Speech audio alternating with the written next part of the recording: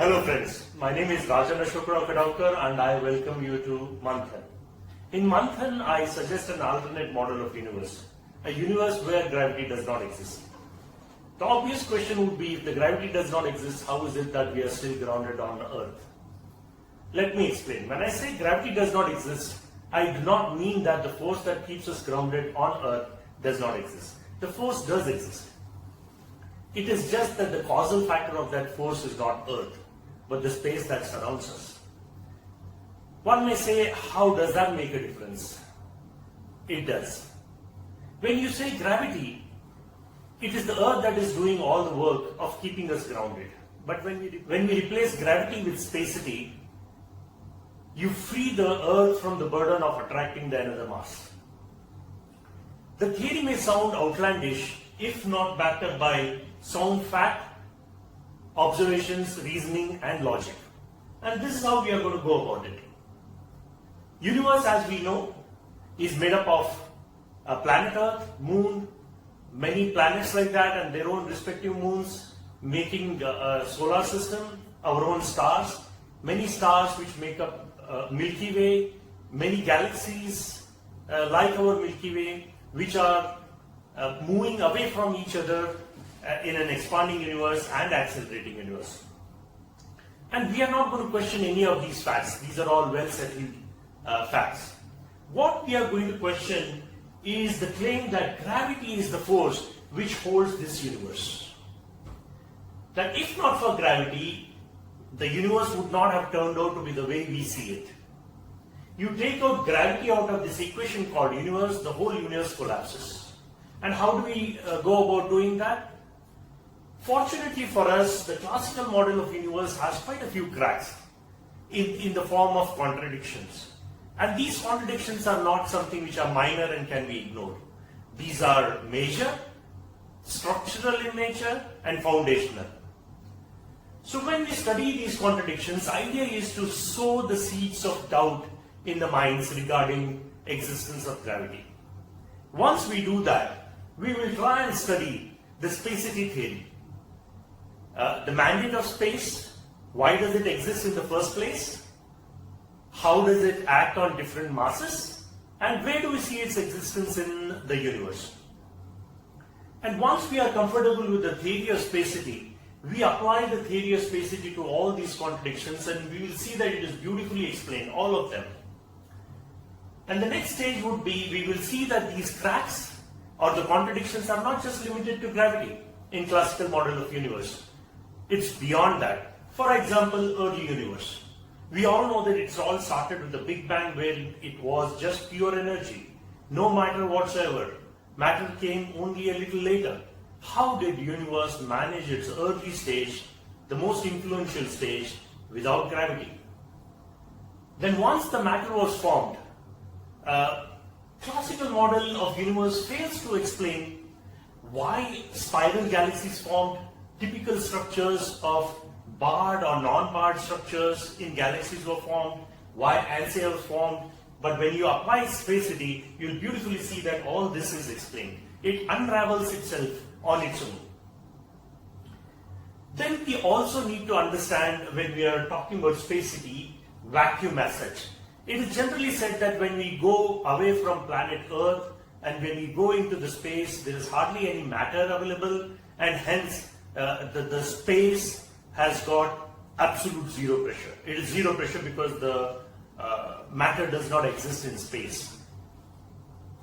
If that is true, would we go in between the molecules of air, which is oxygen, oxygen, oxygen, nitrogen, and say that between those molecules, in that space, the pressure is zero? We do not do that.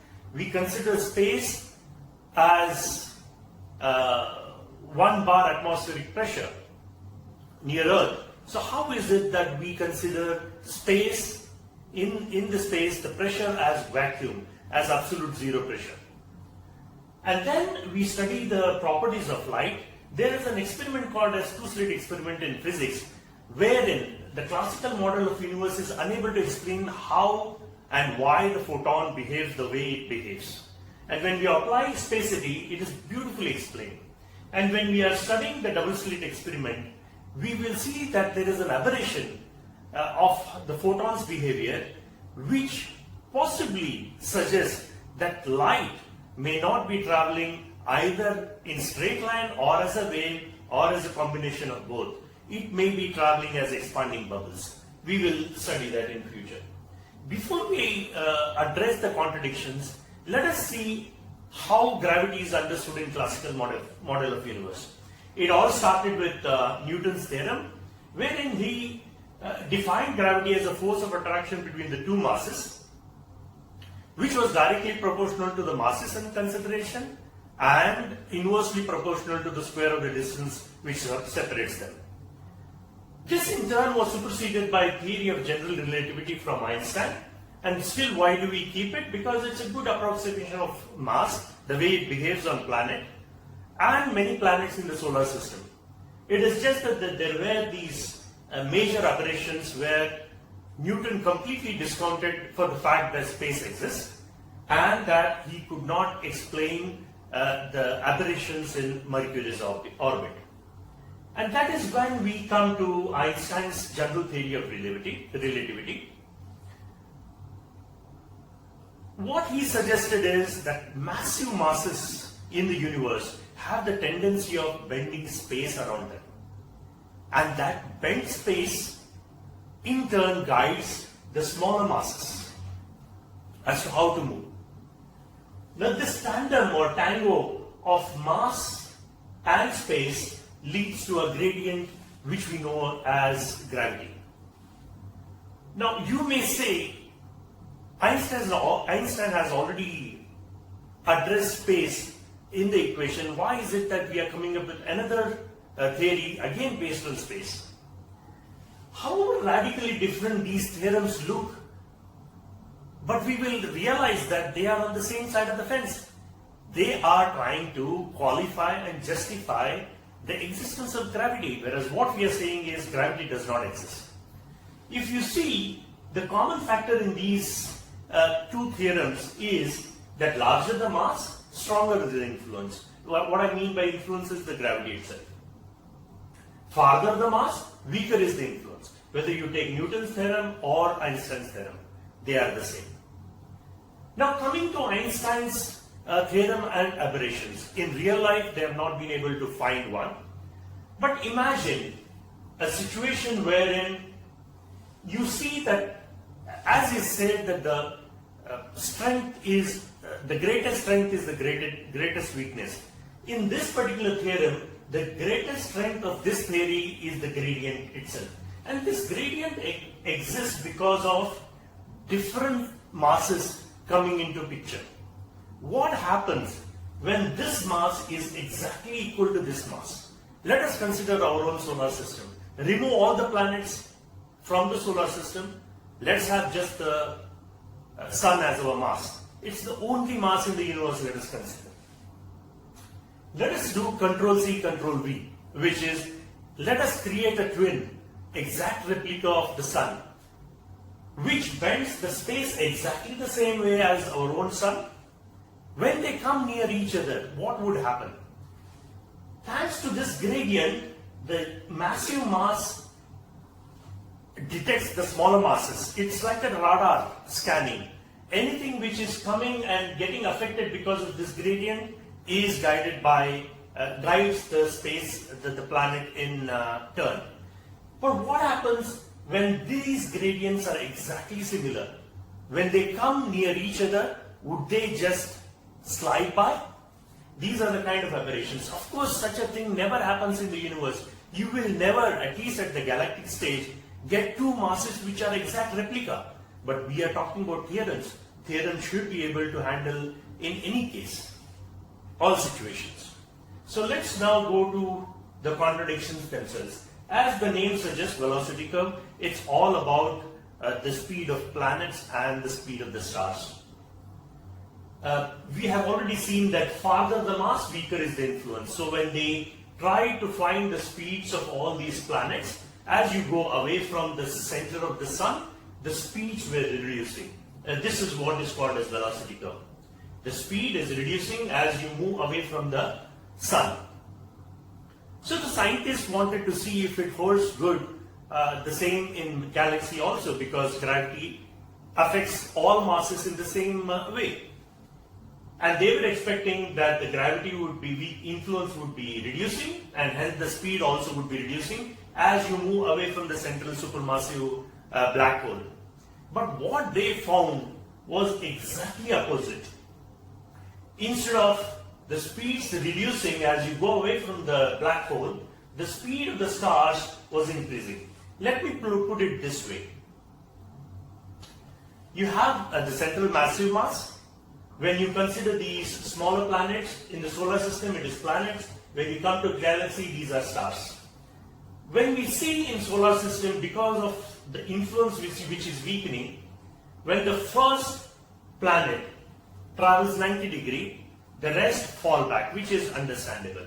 But when you come to galaxy, you see when the first one is crossing 90 degrees, traversing 90 degrees, the second and the third start also traversing the same angle. This would suggest that third star is traveling faster than the second star is traveling faster than the first star, which means stars are traveling at higher speeds as you go away from the center of the galaxy. Let me put an analogy. Copy paste this structure on a dinner plate. You have the center, which is a supermassive black hole. You have these three dots which make the stars. Turn the disk, it would exactly behave the same way as galaxy. But the galaxy is a very porous structure. The nearest star to Sun, which is Alpha Centauri, is 40 trillion kilometers away. That means between these two stars, it's absolute space, no matter whatsoever. So what they thought was that galaxy, though you do not see a mass here, but there is a mass that is not seen which is affecting. There was no other force available at that stage for clients, for scientists to suggest why the stars are moving faster. And hence they came up with this idea of dark matter.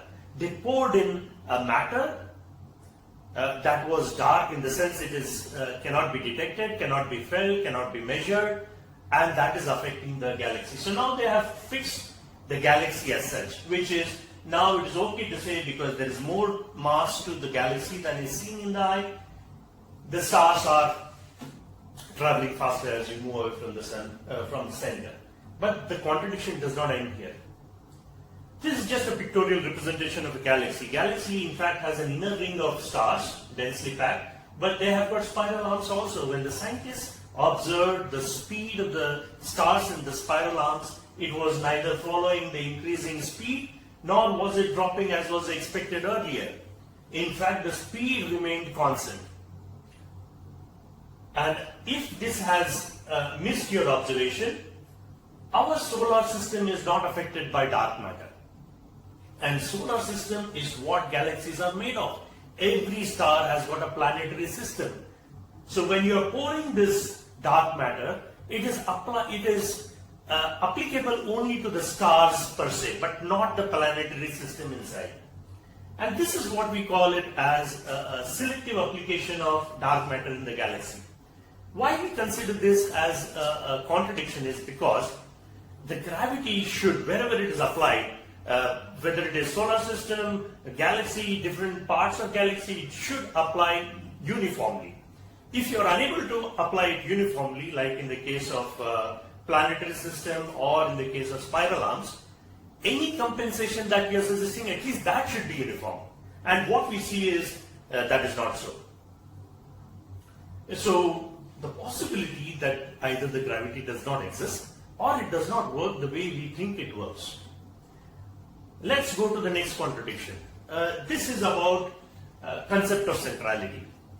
Whether it is Newton's theorem or Einstein's, when you have a concept like this, larger the mass, stronger the influence, farther the mass, weaker is the influence, you would end up having a system wherein there is a central mass and smaller masses which are moving around it, which would say that the central mass is the reason for existence of the whole system. You take out this central mass and the whole system would collapse or, cease to exist. And what we are trying to prove here is that central system, even if it is the reason why the system exists in the first place, if you remove it, it does not completely disappear. There is an effect, but it is not the way we think it is. So we are going to study all about the way mass is distributed in the solar system and the Milky Way, because they are the nearest system to us. When you consider solar system, Sun accounts for 99.9% of the mass of the whole solar system, which means you take all these planets, clump them into a small mass. If that represents 1 unit of mass, Sun represents 1,000 units. Which is okay. Bigger mass, smaller planets going around, as we understand galaxy. Let us come to Milky Way. The supermassive black hole at the center weighs as much as 4 million suns. That's quite a bit of massive mass that we have. And all stars in Milky Way, if we are under the impression that they would be lesser than this, we are in for a surprise. That is why you see that, I have marked it as small. When you see the mass, that's around 400 billion stars. Even if you consider one star as one sun, it may not be so. For the sake of argument, the ratio is 1:100,000. So what was 1,000:1 is exactly reversed as 1:100,000. To give you a perspective about it, let us assume all these planets represent an ant which weighs 5 grams. You have a sun which is weighing as much as 5 kg, like a mass of a cat.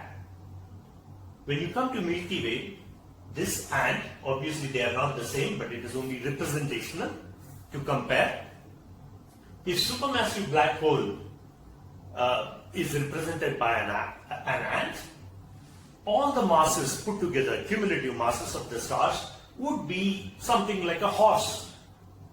And this horse is not just away, this distance away. This is 25,000 light years away from this small ant.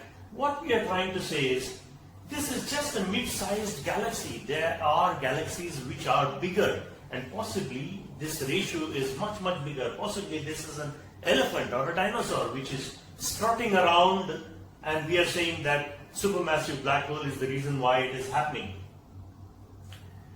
Ultimately, idea is, if at all you remove this ant or the system, not much of a difference is made to the horse which is strutting around at 25,000 light years away. That's okay with the Milky Way. But now try and see the solar system. You could get away with the supermassive black hole, but can you get away with a massive sun? What would happen to all the planets? So let us consider the sun and the solar system. And generally, this is how we pursue as the solar system works, which is basically the hand representing the one which is controlling, which is the sun in this case, and all these planets are being controlled through a gravity. And when you look from the top, this is what the view is. So you remove the sun. Generally, it is said that when you remove the massive mass, you are removing the gravity or the influence also. When there is no gravity or influence, all these planets would escape the solar system in a direction tangential to their orbits. But is that how it happens? Let us cheat the system a bit. Let us not reduce the sun or vanish the sun completely in a go. Let us do that gradually. So imagine you have a sun which is 100%, bring it down to 99. The gravity is reduced, the influence is reduced because it is directly proportional to the mass. The planets move a bit away. Bring it down a bit more, the planets will move a bit more. The orbital diameter of these planets would keep increasing. You bring it to such an extent that it is just a 1 kg of mass. the solar system, the planets would be far, far away, but still they are going in a circle. When an ant can move a horse at 25,000 light years away, sure, 1 kg of sun can move all these planets. This is one possibility. Another possibility is that Jupiter becomes the new sun when you are reducing the size of the massive mass, which is sun. When sun's mass becomes lesser than the Jupiter's mass, Jupiter assumes the role of sun and all these planets move around. But you should understand that Jupiter does not have the same influence like that of the sun. Sun is 1,000 times as big as all these planets put together. So there is a possibility, if they were near together, maybe the Jupiter could have influenced and got all these planets moving around. But there is a possibility that all these planets are on the other side of the sun, and Jupiter's influence as it is, it's very, very minimal in such a condition, so the solar system may lose all its planets. This is the way Newton's theorem says so. So what we see in the end, that in this system, the central mass is not so central as we understand from the ground. Let's see how Einstein's theorem applies. Before we go to applying Einstein's theorem to solar system, let us understand a bit about the gradient. Now you have this massive mass which is bending the space-time fabric and making this planet move around. What happens when you reduce this mass of this massive mass?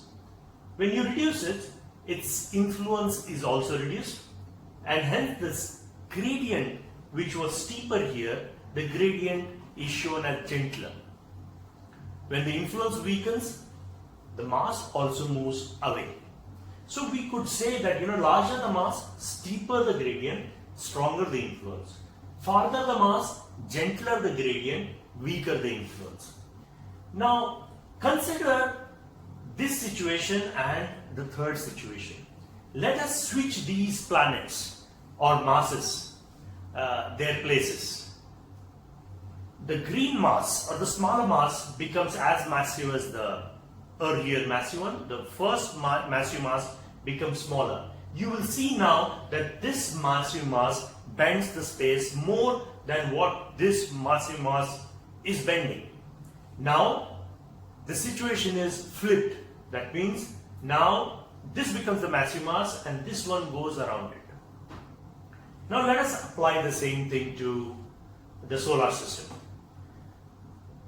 Obviously, as you know, each planet, thanks to its own size and distance from sun, creates a gradient of its own. And that is what is shown here. Now obviously, when you are trying to reduce the mass of the sun, the gradients are also becoming gentler in nature. The planets of course are moving away. But one good thing about the Einstein's theorem is, when this sun's mass becomes smaller than Jupiter, in the fabric, imagine Jupiter is making a bigger dent, all the masses come around it, possibly. And it could be the same situation wherein Jupiter may not be able to influence all planets the way Sun does, because Sun is 1,000 times all these planets put together. But let us make life a bit miserable for this. This is okay when you have masses of different sizes. Agreed, in a real-time world, you will never have masses which are of equal size. Let us, for the sake of argument, make them all equal. You may say that, farther the mass, the gentler the speed, gentler the gradient, we could always put them in one orbit or just have one mass. A solar system where there is only one planet, one massive mass. Now try and reduce the sun's mass. When it is reduced to the extent of the planet's mass, what would happen? The gradients would disappear completely. Gradient disappears, influence disappears. There is no way gradient or the space is going to guide the smaller planets because they are no more smaller planets. So the whole solar system, they would just roll away on the fabric of space. So what we are trying to say is that the central mass is not so central either in the Milky Way or in the solar system. Now coming to the next contradiction, which is how do planets communicate? It is strange to say that planets communicate with each other, but they do. This is a very stable system. As we see, we have our own sun and its 8 planets going around it, and there is not much of a difference between the distance that is there or for that matter mass. It's a very stable structure. Now what happens when you bring a third mass? What happens when you disturb this stable system? You either bring a third mass, remove one mass, switch the masses together, there will be chaos. Each of the planets reacts to different changes around them, and it is very well seen. So that means planets are communicating, and if you take Newton's theorem, there is no space. So for communication, space is a must. So that is the contradiction with Newton's theorem. And coming to Einstein's theorem, thanks to this gradient, space is there to communicate. It is telling the other mass how to move. But as we said, when you have an exact replica, when the gradients are similar, each mass is blind to the other. They would just guide across. It should not happen. This is the contradiction. Or for that matter, as we discussed, when the sun's mass is reduced to the same as the other planets, they would just roll off the fabric of universe.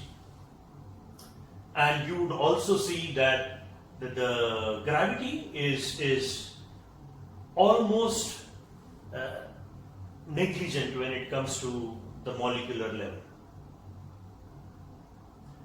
Coming to the next contradiction of space inflation or expanding universe. This structure, as we studied, it was during the times when the universe was considered as static. That universe was not expanding. Life is as it is. At max, it may come back. So you take either Newton's theorem or Einstein's theorem. This is how it looks like. The influence is with respect to the static universe. But thanks to Hubble's observations, which was during the stage of Einstein also, it was observed that all the masses in the space, you take any galaxy, they were all moving away from each other, which suggested that the universe is expanding. And we will see that they are expanding and accelerating, but for the moment we will just consider the expansion of the universe. It was expanding to an extent of 70 kilometers per second. In the sense, if you see a galaxy Andromeda, if it is coming towards us, it is fine. The galaxies which are moving away, they were moving at around 74 kilometers per second, or around 70 kilometers per second. So how do these theorems hold when the universe itself is expanding? Let us see one by one. This is a classic example suggested to explain how the universe is expanding. You have a balloon. You have these 3 dots, the galaxies, which are 3 dots. When you fill air, the balloon size increases, and you will see that these galaxies also are moving away from each other. The distance is increasing from each other. But you may have observed the distance increases, though here it is seen as a bigger galaxy than the original one. It does not happen in real life. Galaxies may move away from each other, but the galaxy size itself does not increase. The distance between 2 stars does not increase. You take the solar system, even if the space within this is expanding, the planets do not go further and further. The size of the solar system remains the same. So let us see how this becomes a contradiction. That is how we have a system wherein you have a central massive mass and all these small planets are going around. For the sake of ease of comprehension, let us just consider Sun and one planet. So you have a Sun and this planet is at a distance d, and they are able to have this kind of a influence, which we call it as gravity. Space inflates and moves these galaxies. For sure it can move these two masses away. They both can move in different directions, but let us just assume for a moment that only this mass moves. When these galaxies can move, this mass can also move. Consider for a moment that it is moving.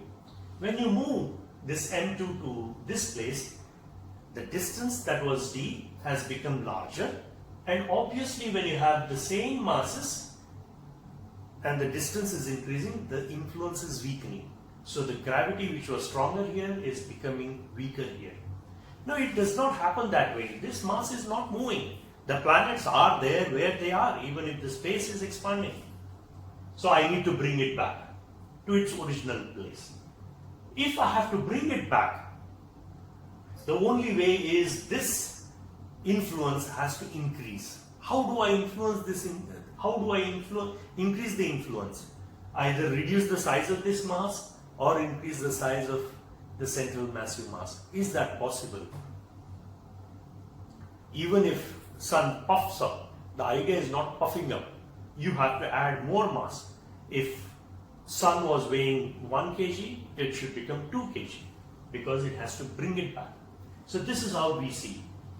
G is equal to m1 m2 by d square. So when you move, you increase the distance, the gravity is reducing. When you want to bring this d back to d, this has to increase or this has to decrease to bring back the gravity. That does not happen so. This is the contradiction. So this is possibly why the gravity does not exist. When we consider the Einstein's theorem, it's exactly the same. The farther the mass, lesser is the influence. So we have a massive planet, massive mass, smaller planet, you have a gradient because of the bending of space. As I said, the space inflation moves the galaxies. Obviously it should be able to move this mass. Let's consider for a moment that these masses move. So the steeper gradient becomes a gentler gradient. Planets do not move, we have not seen them moving, so I have to bring back the planet to its original position, which means this gentler gradient has to be made steeper gradient. That is possible only when I increase the mass of the central body or the Sun, which does not happen so. That's why we say, even with Einstein's theorem, gravity does not exist or the way it behaves. Let's come to another contradiction wherein we check at the strength of the gravity itself. It is said that of the 4 forces in the universe which run the universe, gravity is the weakest. If you take the stronger interaction, which is the chemical bond between the molecules, if that is 1 unit, the gravity would be 1 divided by 10 to the power 39. It's so weak that at molecular level it ceases to exist. You cannot measure it. Its influence cannot be seen because of its weakness. And to give you a perspective, you take a tear, you take a drop of water. There are many millions of water molecules. Pick out only the hydrogen bond between the 2 hydrogen atoms.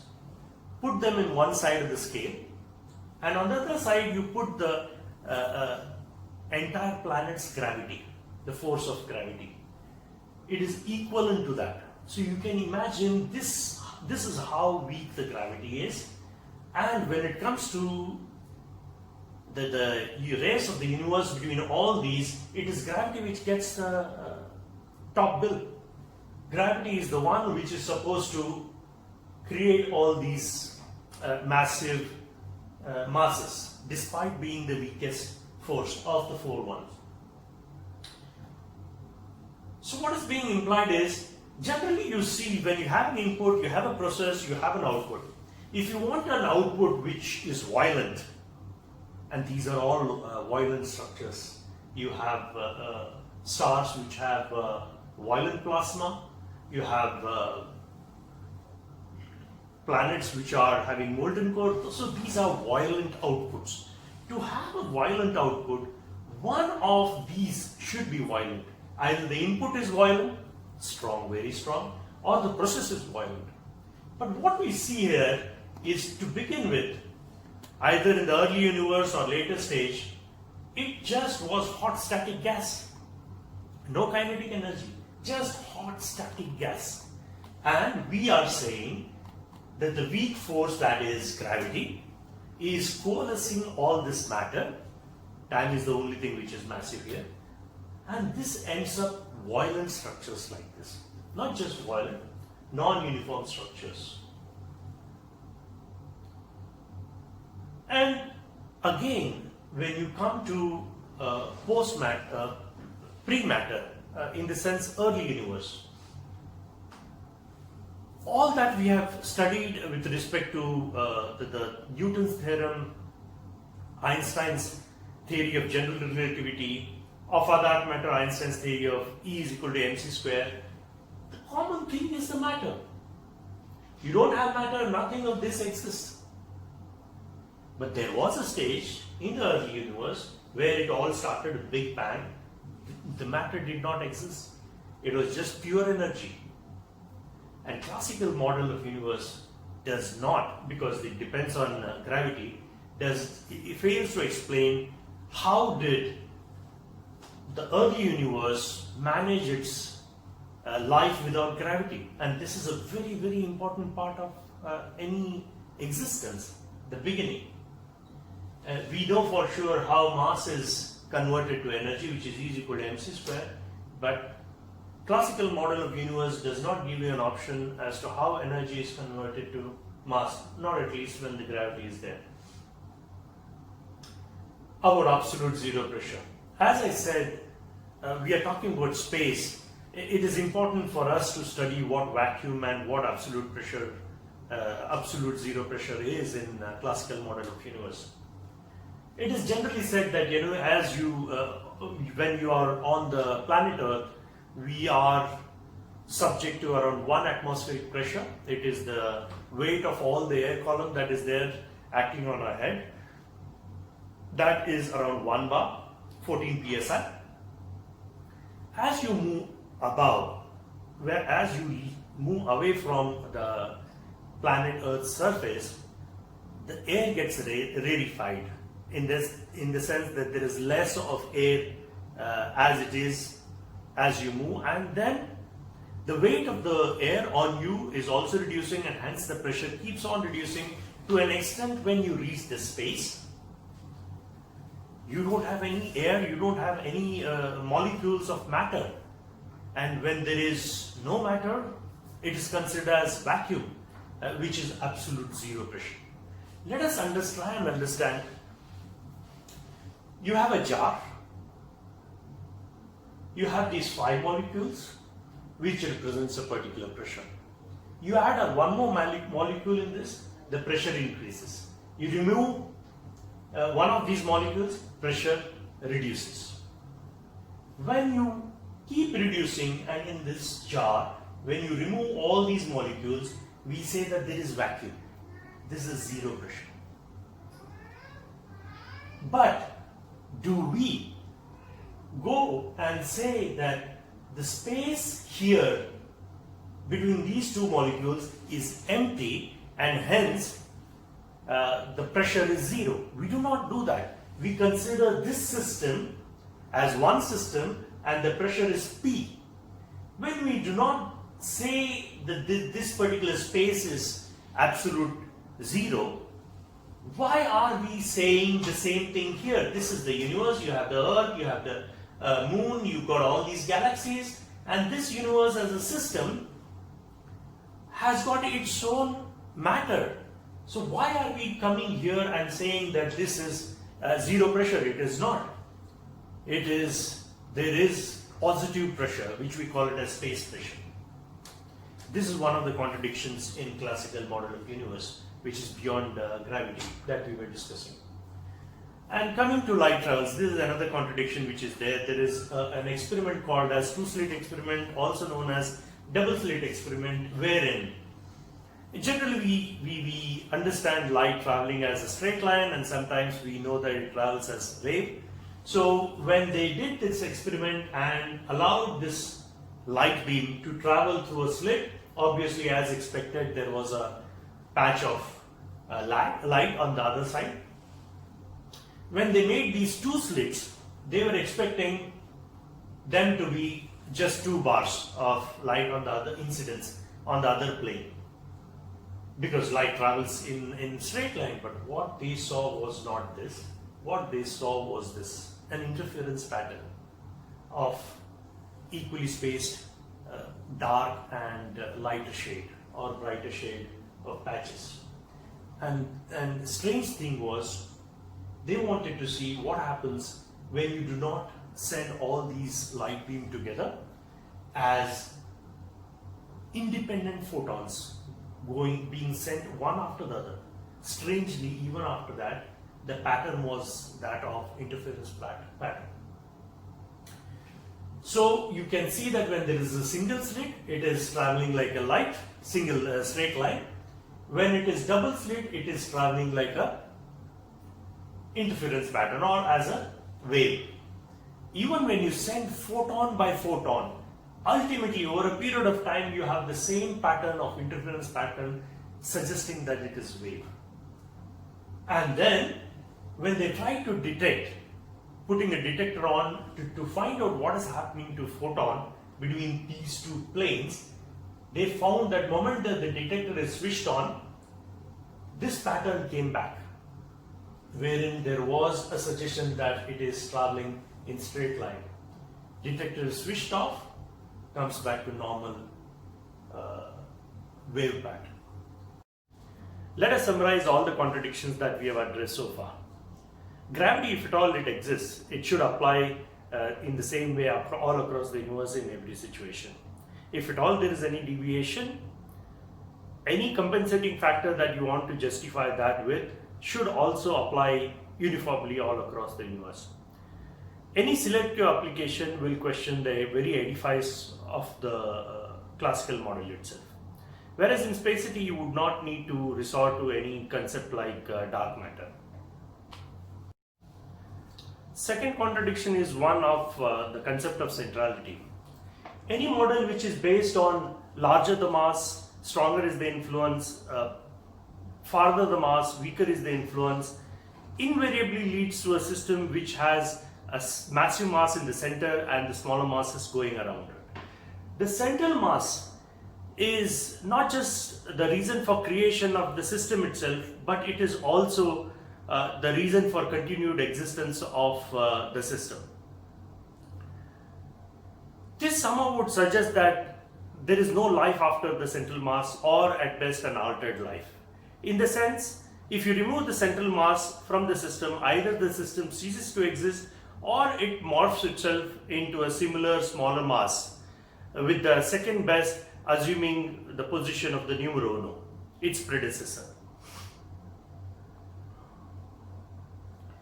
In solar system, when you remove the sun, the system may survive the sun, in the sense that it may morph itself into a system where Jupiter is the new sun. It is just that the Jupiter system may lose some planets or many planets, because Jupiter does not have the same influence as its predecessor, in the sense sun. But there is an inbuilt contradiction in this. When you consider the galaxies, possibly when you remove the center massive mass, which is supermassive black hole, it may not make much of a difference to galaxy in the sense that it may puff up a bit, but life goes on for galaxy.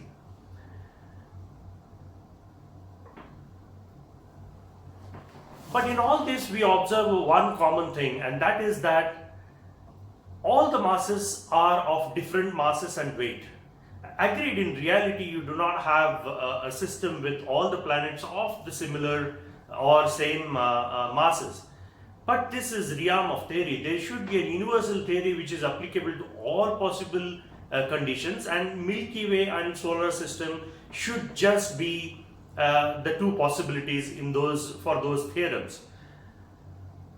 But the present understanding of gravity, does it allow for a system which has all these masses which are equal in size roaming around a center, possibly either with a massive mass or with no mass at all? Whereas in case of spacity as a theorem, it accommodates all kinds of system. It accommodates solar system, it accommodates Milky Way, it accommodates equal masses going around in a circle, either with a massive mass or a small mass or a no mass at all. Then the third contradiction was one of communication between the planets. In case of Newton's theorem, since it did not factor in space in the grander scheme of things, it was unable to explain as to how planets communicate with each other. But this in turn was improved in Einstein's theorem of general relativity because of the introduction of the space and the gradient. The gradient would detect the smaller masses within its influence and either guide or control those masses to go around it. But where it falters is when we have twin masses, one replica of the other. When they are nearing each other, since the gradient is the same, they would be blind to each other. They would not be able to detect each other. Would they glide by? Agreed, in real universe, you do not have such a situation wherein two masses are of the same size, but still, this is theorem. It should be able to address all hypothetical questions. Fourth was the case of the contradiction of expanding universe. Classical model of universe as it is was finding it difficult to hold its ground when the universe is static. These cracks became severe when you consider the universe to be expanding and the space moving masses. It may suffice to say that it is gravity which is holding the planets in a static universe. But when the space is expanding, this theory does not hold water. When space can move galaxies, surely it can move planets also. And when the space is moving planets, the sun has to bring it back. And that is possible only when you add additional mass to sun. And where do you add the additional mass to the sun? From the solar system. So it is not possible. And mind you, the universe is expanding at a higher rate. Now coming to the fifth contradiction of weak gravity. When you want to have violent outputs, it's necessary for you to have the input either as a violent input or the process itself as violent, or both of them as violent. You cannot have a violent input when the input and the process both are weak. In this case of classical model of universe, input is hot static gas bereft of any kinetic energy, and process is gravity, which is the weakest force of the four forces which drive the universe.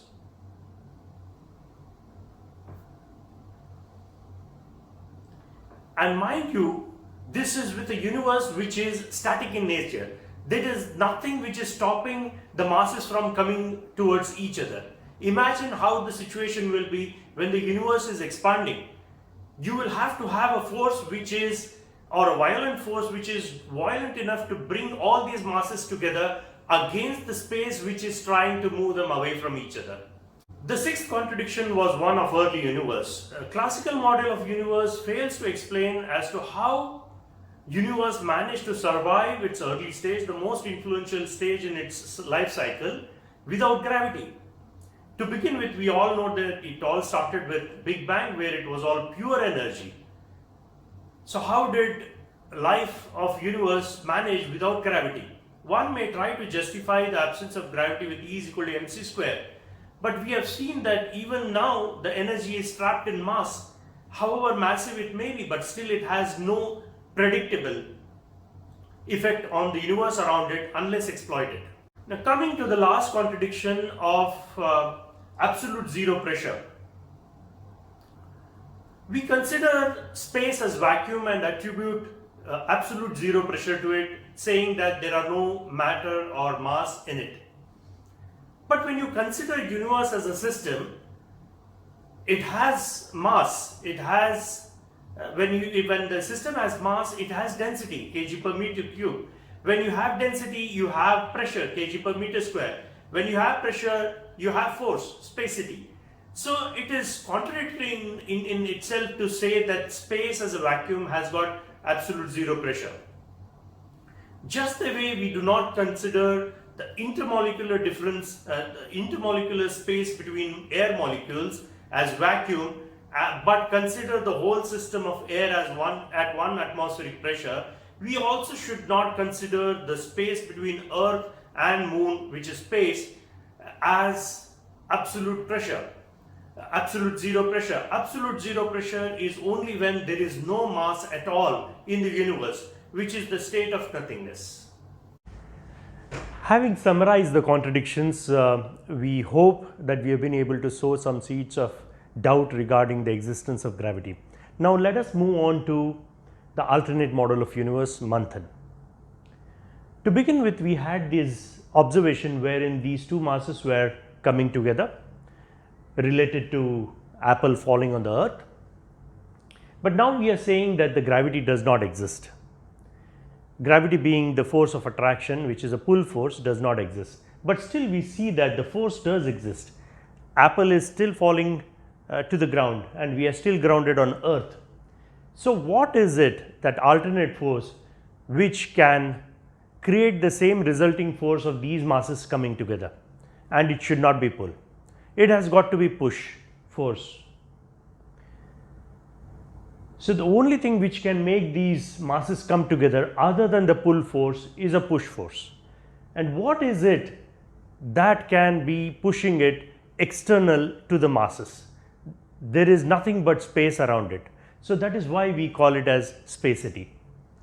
One may say, how does that make a difference, because these are equal and opposite? Of course they are equal in magnitude, but the fact that they are opposite in direction, there is an important fact hidden. When you attribute the coming together of the masses to gravity, that means it is the mass which is doing all the work of attracting another mass. When you attribute it to external force like spacity, you are freeing the masses from the burden of attracting another mass. So the cause of force in case of spacity would be space itself, whereas cause of force in case of gravity is the mass. Now the most important thing for us to do is to prove that this force exists. For this force to exist, there should be pressure.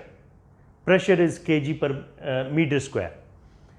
But we know in the outer space there is absolute zero pressure, vacuum. So for us to prove that this force exists, we need to prove that the absolute zero pressure of outer space, which is vacuum, is not really vacuum but positive pressure. So let us try and study what is space pressure in vacuum.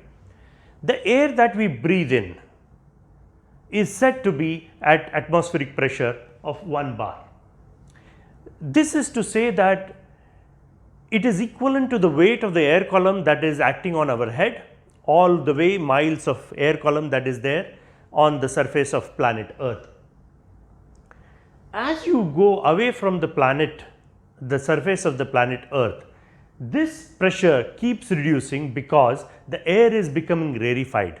That is why you see the mountaineers needing extra oxygen support when they go up the mountain. That is because it is not just the oxygen which is reduced, it is the air itself, the molecules of the air itself, they get rarefied.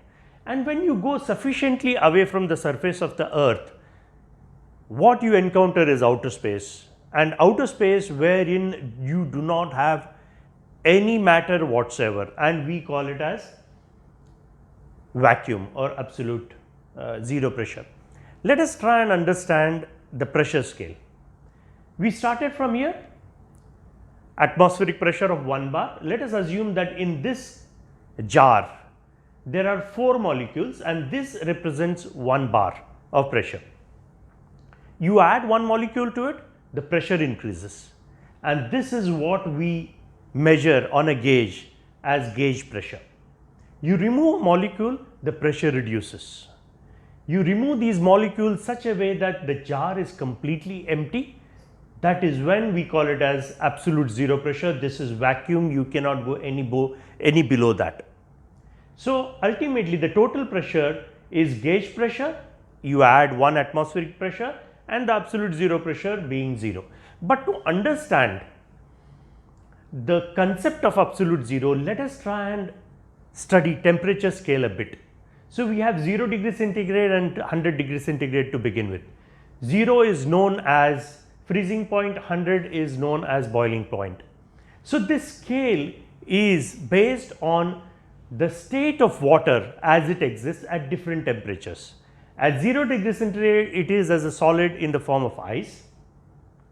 At room temperature in between it is as liquid, and 100 degree centigrade and beyond it exists in the gaseous state. As you can see, it is the mobility of the molecules which is important. In the gaseous state, the mobility is the highest. When you consider it at liquid stage, the mobility is intermediate. But when you come to the solid state, the molecules are frigid. There is no mobility of the molecules. Now, as you may have observed, this is okay for water. But when you pick out any other molecule, let us say oxygen for that matter, water may exist as a liquid state at room temperature, but oxygen exists as gas at room temperature. For you to have a liquid oxygen, you need to go below the 0 degree centigrade. So that means this 0 degree centigrade is not really truly 0. So they wanted to find a real true 0 wherein at that level any atom that you pull out of the periodic table, it should exist in the state of solid where the molecules are not moving at all. And that they found out was minus 273 degrees centigrade below the 0 degree centigrade. And this was called as absolute zero temperature because you cannot go below than that.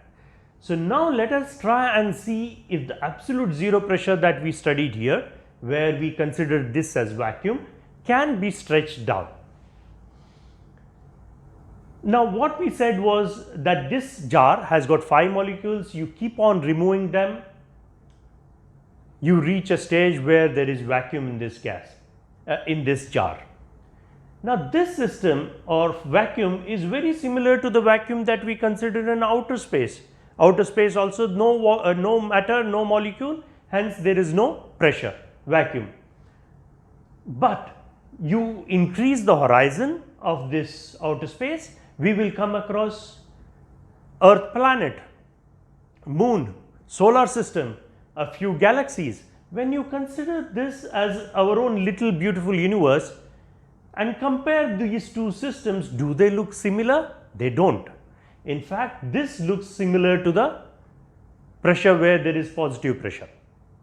When we are saying that this is vacuum or zero, it is equivalent to saying to going to this system between these two molecules and say that the pressure between or intermolecular space is 0. Do we do that? We do not. We say that this whole system exists at pressure P. That means every point in this system is undergoing a pressure P, positive pressure. So that means even here there is a positive pressure like this. In fact, if you want to really achieve a real true vacuum, you need to remove all these masses one by one. Just the way you remove the molecules from here to reach vacuum, you need to keep on removing these masses to such an extent that you reach the state of nothingness. It means there is no mass in the universe itself does not exist. That is the true absolute zero pressure for pressure scale. and not the perceived zero pressure that we call in a jar. So what we are trying to say is that just the way this every molecule is being acted upon by a pressure P, which is positive pressure, in the same way there is positive pressure which is acting on everything, every mass in this universe, be it earth, moon, galaxies, atoms, any form of mass is being acted upon by a positive pressure. So that external force which is acting on these masses is what we are saying is the external force which is making these masses come together. Whenever you have gravity and spacity, when there is a measured value of these two masses coming together, we should understand that it could be either because of gravity or spacity.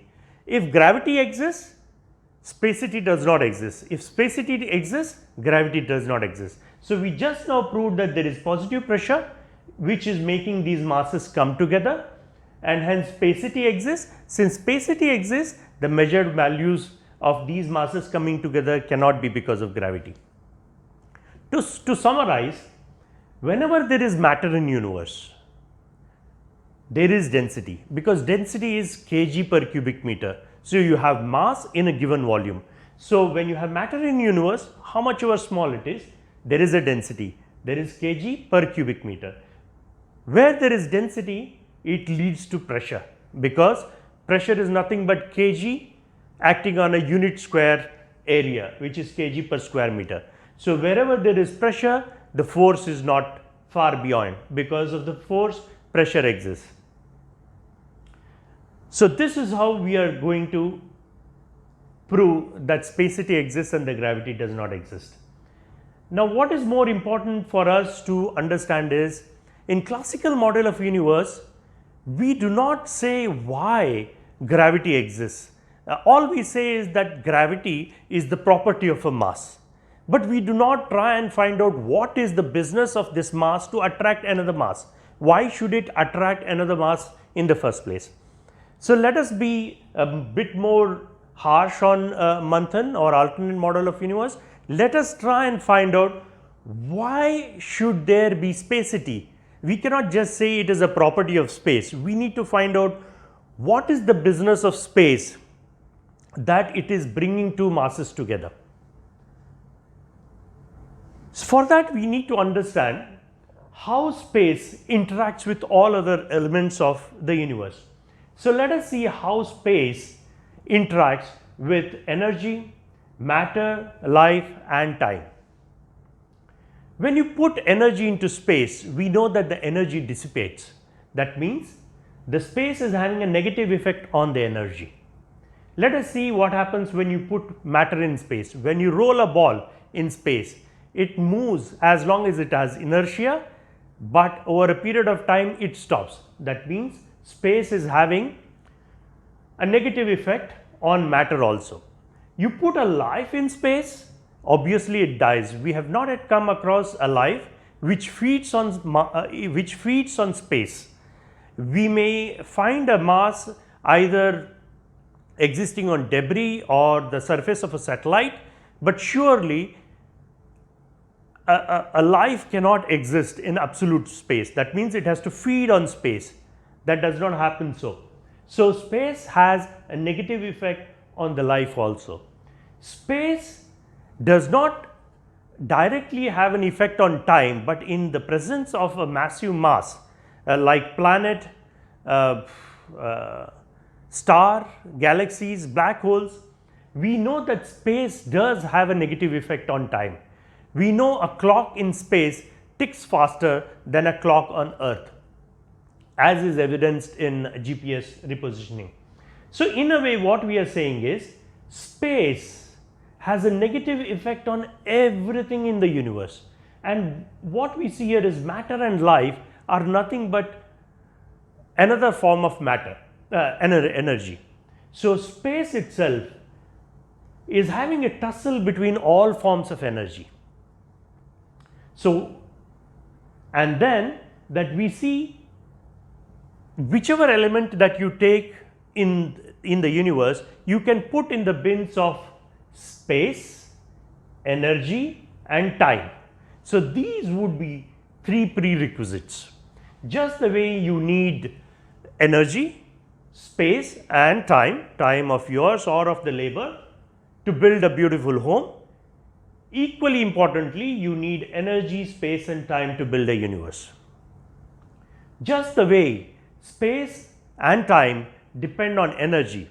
If there is no energy, you can't buy a space, you can't, neither can you buy labor to build a house. In the same way, if energy is not there, space and time do not exist. Space and time depend on energy. So though these are the three prerequisites to build a universe, energy is the first among equals.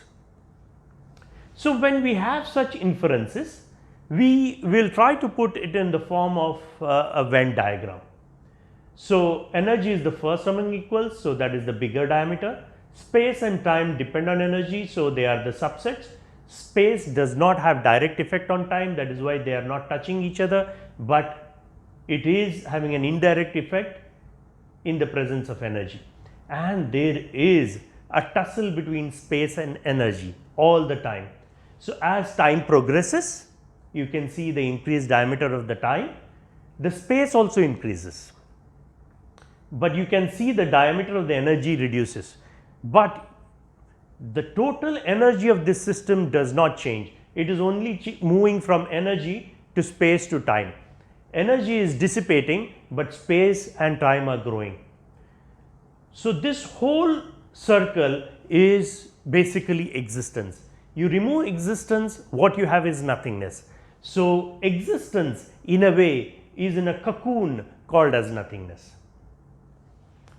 Now what do we understand from the classical model of universe? In classical model of universe, we know that it all started from Big Bang, where the energy was infinite energy, and we say that before Big Bang there was nothingness, and then there was space inflation, and then the expanding universe as of now that we know. And it is said that in future possibly the universe may collapse onto each other because the gravity may pull the whole universe back and put. But you can try and see here, in an expanding universe, as the matters go far away from each other, the effect of gravity is reducing. So the chances of gravity pulling the whole universe back is very, very less, but compared to, look at the spacity. Space as time progresses is increasing in strength at the cost of energy. A time will come when this space, which is always in tussle with energy, will overpower energy, it will fight back and it will win over energy and put the energy back into nothingness. So in a way what is happening is,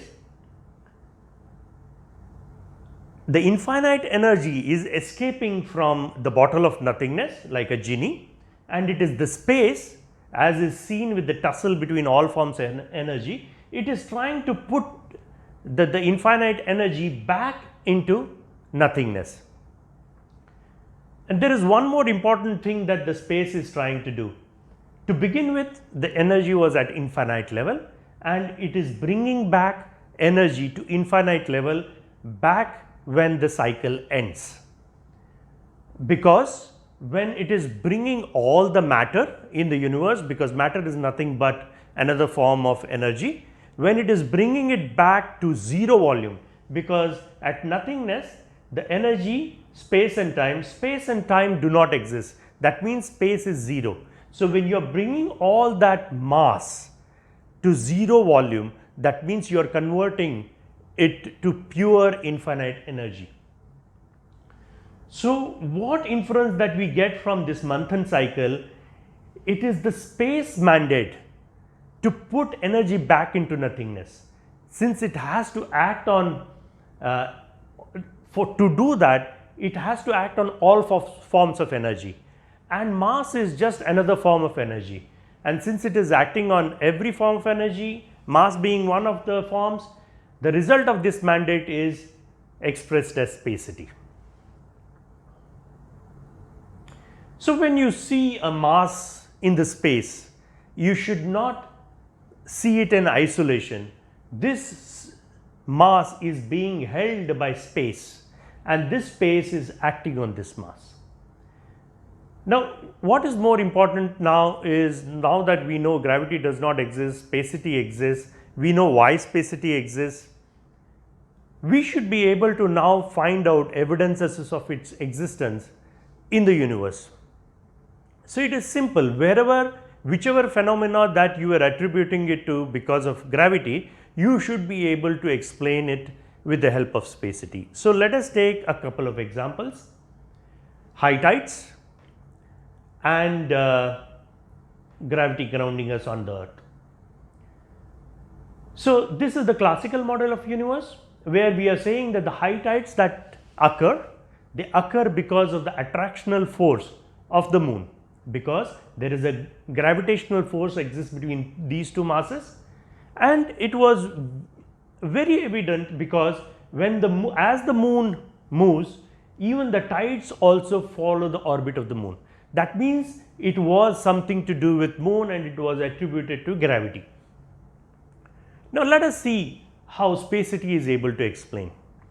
Forget earth and moon, there was just space, no masses in the universe. We know now that it is not vacuum, there is a pressure existing, that pressure is positive pressure P, whatever it is, high, low, whatever, it is P.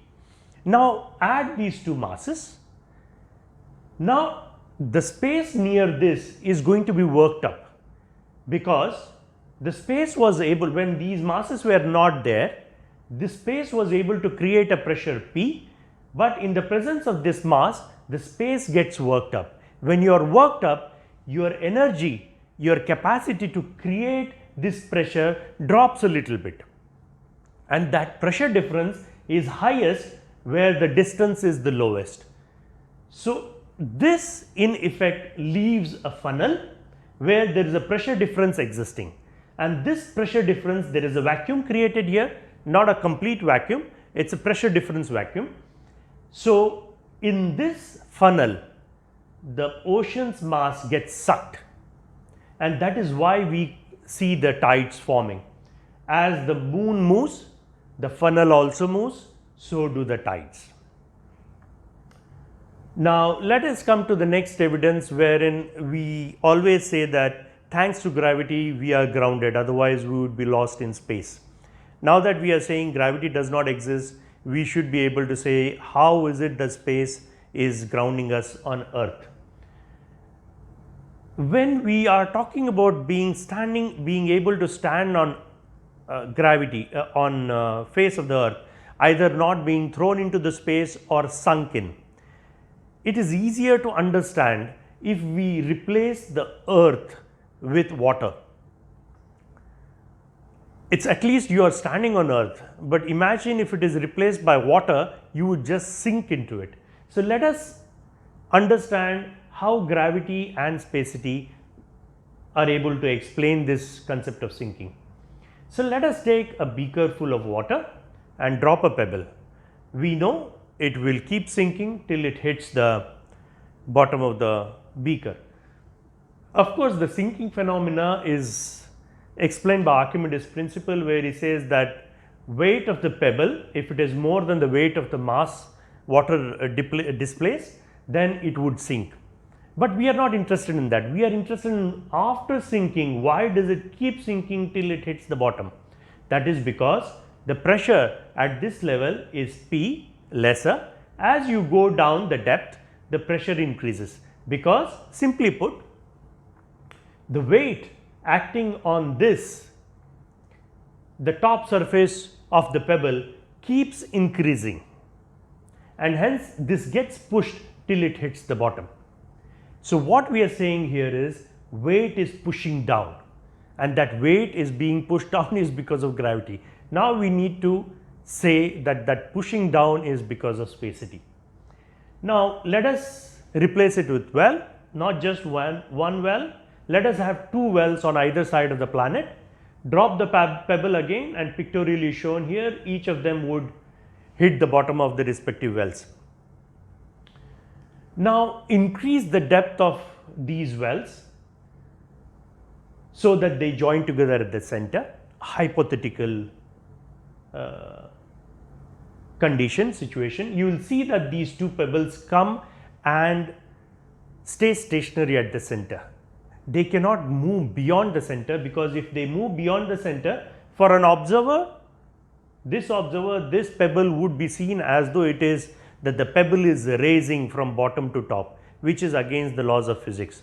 So that does not happen. So they stay put here because the weight of the respective water mass in the well is pushing this way and pushing this way, and the pebbles stay there. Now drill many wells like this and drop many pebbles, and drill so many wells that there is nothing but water left on planet Earth.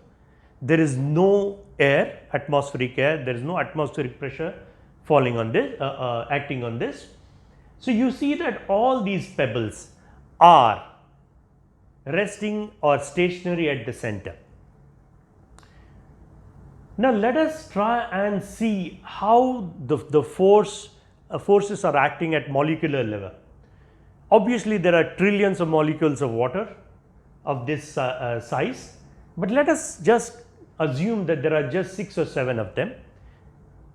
The central water molecule would be acted upon by all the stacks of water above it, and that would not be moving. But all other intermediate molecules, they are being acted upon by the respective stack of water molecules above it, and those are the ones which are pushing it down. But what happens? It is all fine with the intermediate molecules, they know where to push, they are supposed to push down towards the center. But who tells the first molecule to push down? It could be pushing anywhere, it does not happen so, the gravity does not exist now. It is the spacity, the space pressure, which initiates this force, and that force gets percolated.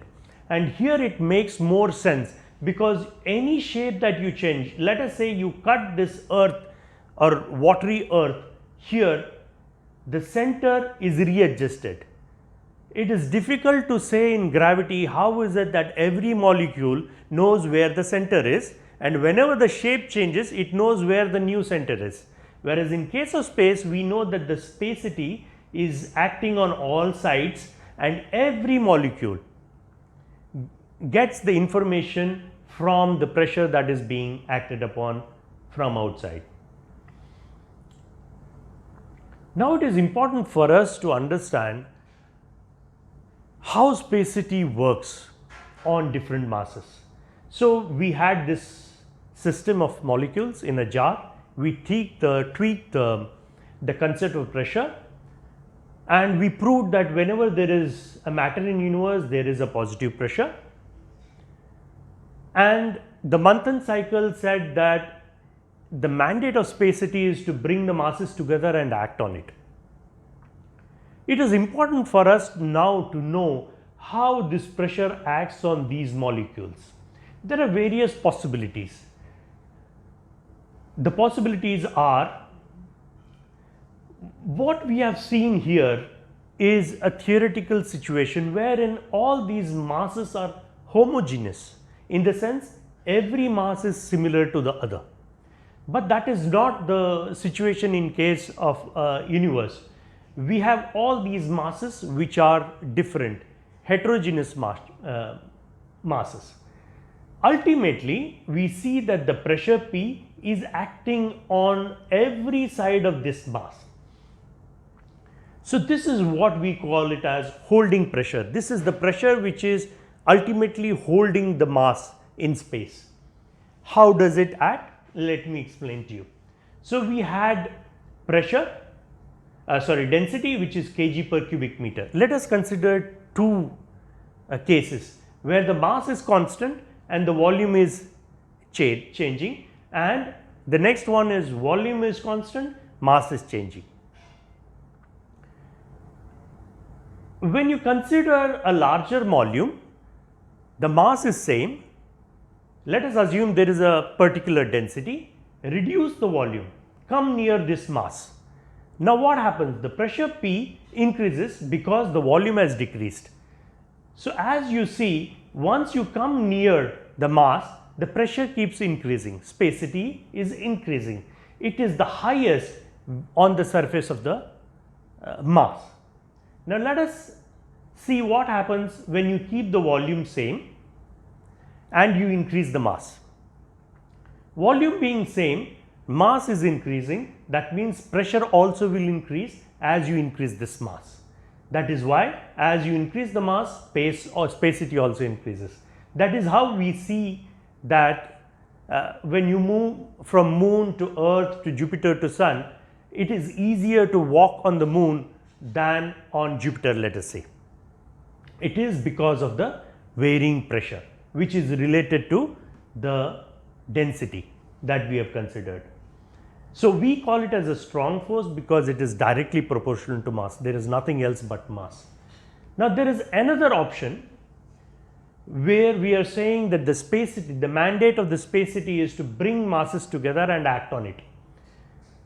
So these could be two static masses like these two masses. Agreed, the holding pressure is acting on each mass in every direction, but this mandate of spacity is also to bring them together. They could be two, they could be many, they could be static in nature, or they could already be moving. So when you have an external force because of spacity which is bringing them together, we call it as moving pressure. It is weak because it is not just affected by mass but affected by the distance between them, and hence we call the moving pressure as weak. There is another moving pressure which is because of many systems, many masses in a system. We will consider it a little later. It is important for us to understand how much is the space pressure, how much is the spacity. We know for sure that we said pressure is kg per square meter. We know Earth's mass in pound and we know the surface area in square inches. So when you find that, it is around 1,000,000 bar. That's quite a bit of pressure. The bottom of the deepest trench of sea is around 1086 bar, and we find it difficult even to survive that pressure even with the best of scuba equipment. So how is it that we will be able to survive such a huge pressure? We should understand that when we are introducing space pressure, we are not introducing a new pressure in the system. The pressure is already existing. We have been living with it since the birth of this universe. It is just that we are correcting the level of absolute zero pressure. But even if at all this is the kind of pressure which is acting on planet Earth, forget us as humankind, even the Earth would be pushed at astronomical speeds because of the kind of force that pressure can generate. Why doesn't happen so? That is because the pressure difference is zero. If at all you were on this side of the mass is the 1,000,000 bar and on this side of the mass it is zero pressure, then it would push. But if it is acting on all sides, then it would be pressure would be zero, and that is why we are not hurtled at astronomical speeds. But at least we should be crushed. Forget just us, this bar should be able to pressure crush the whole mass of Earth. Why doesn't happen so? Because of the porous nature of mass. The mass, as we know, any atom that you take, this is pictorially shown here. If you take the total volume of this and the volume of the mass, in the sense you pick out the proton and the neutrons and the electrons and put it in a box and compare the volume of this to that box stacked, you would see that much of this atom is space. 99.99% is space. So when you do the same thing to Earth, you pull out all the molecules of the Earth that make the Earth and pull out the protons, neutrons, electron, put it in a box. Depending on the assumptions made, you may either end up with a mass of an orange or an apple or a few tanker ships, depending on the assumptions. So what we are trying to say is the space itself is porous. So it may be This would be wrong to say, because the square meter that we call the surface area need not be this. This is provided that the earth surface is a perfect insulator for the space to come in. If it stops the complete space pressure, then that would be the space pressure acting on it. But that is not so. Every mass is porous, so it is letting through. If it is letting through, how is it moving the masses? So when you consider just one mass, the molecules are connected. So you act on one mass, and through the space, the space pressure goes through, but each molecule is connected to the other molecule in a solid, and hence it moves. But when there are two masses, we have studied the mandate of spacity. The mandate of spacity is to bring the masses together to act on it. So that is why they move. So there are two things that we should remember from this, that the holding pressure, which is acting on the masses itself, is higher because it is directly proportional to the mass, whereas moving pressure is weaker because it is proportional both to mass and distance, inversely proportional to distance and directly proportional to mass. So the next is a summary of how the spacity works. So we had these jar of molecules which was compared to the universe, and that there is a positive pressure, and as you come near the surface pressure, the positive pressure moves, increases. This is the holding pressure, whereas the one which moves the two masses, that is the moving pressure. So when you have just one mass, let us assume there are no masses in the universe, that would be acted upon on all its sides or throughout its surface by the external forces generated because of the space pressure, and this is when this mass is static. So why is it acting on it? So that it can smash it. So we have already studied that it is directly proportional to mass and inversely proportional to volume. Just the way we are saying here that it is inversely proportional to the square of the distance that separates us. In the same way, here the farther that you go away from it, the pressure decreases to the extent of cube of that volume. Now that is, we call it as S1 when there is one mass. Let us go to next level where there are two masses, we call it as S2, 2 units of mass. Every mass of this, there is an S1 acting on it. We are not showing it only for the sake of easier comprehension, but along with S1 there is an S2 because of the mandate of spacity. It has to bring these two masses together. And let us study the next system wherein there are more than two. So this is the new system. As we studied here, the holding pressure is the one which is acting on every mass on the whole surface, and that is acting on every mass of it, but they are static, it has got nothing to do with it. And the next S2 is where these two molecules are being acted upon to bring together. Not just these two molecules, they could be 3, 4, 5 to bring them together and to act on, or they could be in any form that we can put them. But this is all when it is static. So when it is static in nature, so you have S1 and S2 acting. But something strange happens when these masses are moving. We see that most of the times in the universe masses are moving, be it either in the solar system, galaxies themselves, every mass is moving, and mostly moving in circular or elliptical fashion. But here we are not saying that spacity is the reason why these are moving in this direction. Spacity S3 that we are talking about is acting post event. There is something else which is making these masses move, which we will study when we come to the stage of how the galaxy is formed from static masses. But for the moment, when it was static, it was easier for space to bring it together so that it can act. But space now has to act on masses which are already in motion. The general tendency of these masses in motion is to fly away from the system because of the inertia, centrifugal force and things like that. Now, we could either consider these masses as equal masses, does not make a difference. Spacity does not make a difference between equal and unequal masses. It acts on all kinds of masses. There could be 3 or multiple masses. They could be in a circular fashion, exact circular fashion, or elliptical, or many circles, because what happens here can happen to the other circle also.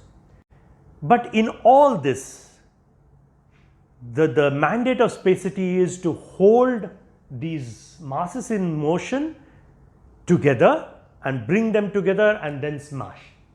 But what is difference between this and this? Here it does not have to worry about the masses going out, whereas here the spacity has to shepherd the masses, in the sense it has to keep them like a flock. It has to shepherd its flocks. So how does that do it? There are 2 ways the spacity could, the S3 could act. Of course, S1 and S2 are acting, they are there. We are now just studying S3. Now, S3 could act in 2 different directions, one along the masses or against the masses. You will realize when it is acting against the motion of the masses, you will see that all these masses, spacity would be helping them to move away from the system. But that is not the mandate of spacity.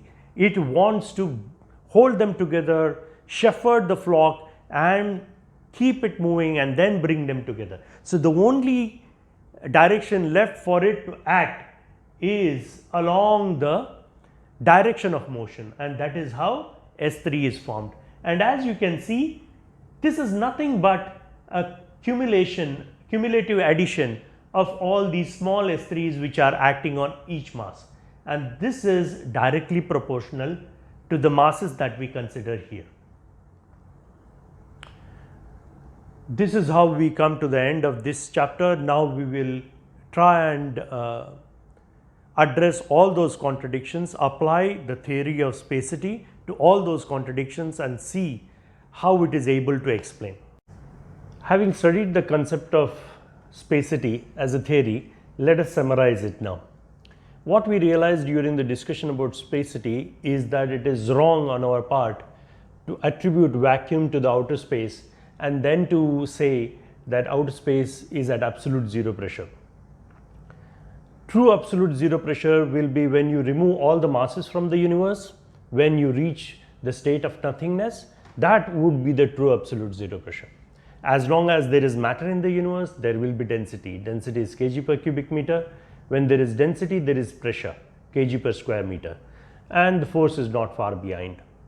And we also studied why does this spacity or space pressure exist, which is when we studied how space reacts with every other element of the universe. We saw that there is a tussle between energy and space, and since mass is another form of energy, every mass is acted upon. Hence the mandate of the space is to bring the masses together and act on them. So how does the spacity exercise its mandate? Depending on the various conditions that the masses are in. They could be just one or a pair or multiple of them, or the masses could be static or in motion, or it could be a system of masses in motion. So we had seen 3 forces which are basically S1, S2 and S3. Let us study each one, summarize each one. S1 came up from the mandate of acting on them. It is a holding pressure. As you can see here, I have shown you all the possibilities. S1 is the pressure which is acting on the entire surface of the mass. That is why we call it as holding pressure. There is no kinetic energy imparted to it because everywhere the forces will get cancelled. Now this one would be directly proportional to the mass it is acting on, and S1 is the highest on the surface of the mass that it is acting on. As you move away from the surface, the S1 reduces because the spacity or pressure also reduces, and this is inversely proportional to the cube of the distance that you move away from the surface because it's volume. And as we can see here, S1 is acting on every mass irrespective of how small it is. It could be a planet, star, galaxy, or even a molecule. So it acts on all the masses. Now coming to the second one, S2, this S2 pressure derives its mandate from bringing masses together. So when you have a pair of masses, I have shown only one pair. So this S2 is trying to bring these masses together, and this acts on every permutation and combination of all the masses which are there.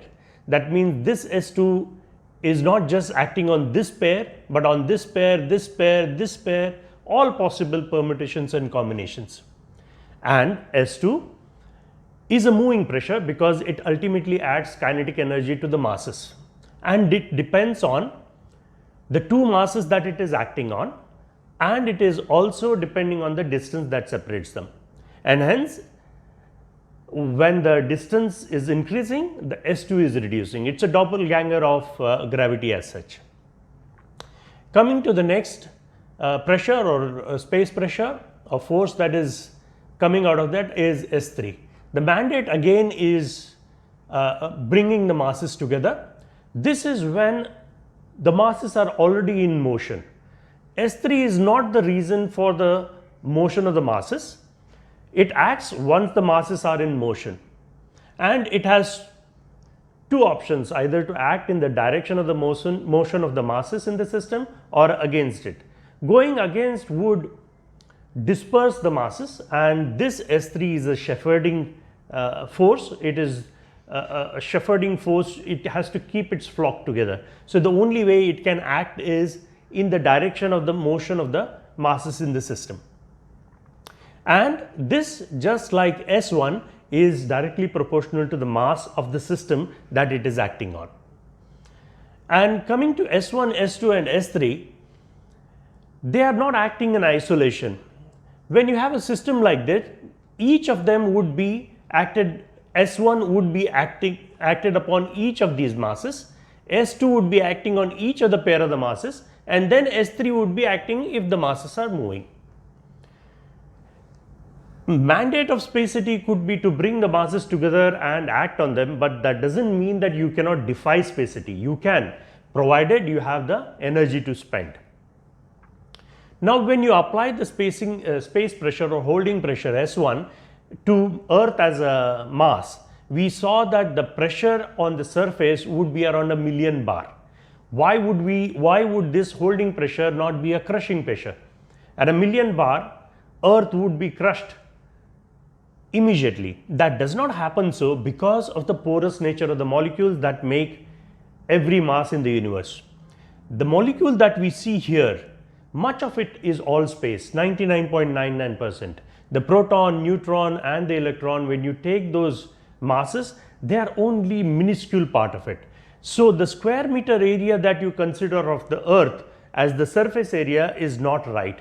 It is much smaller than that, and hence this space pressure does not crush us. But still, how do these masses move?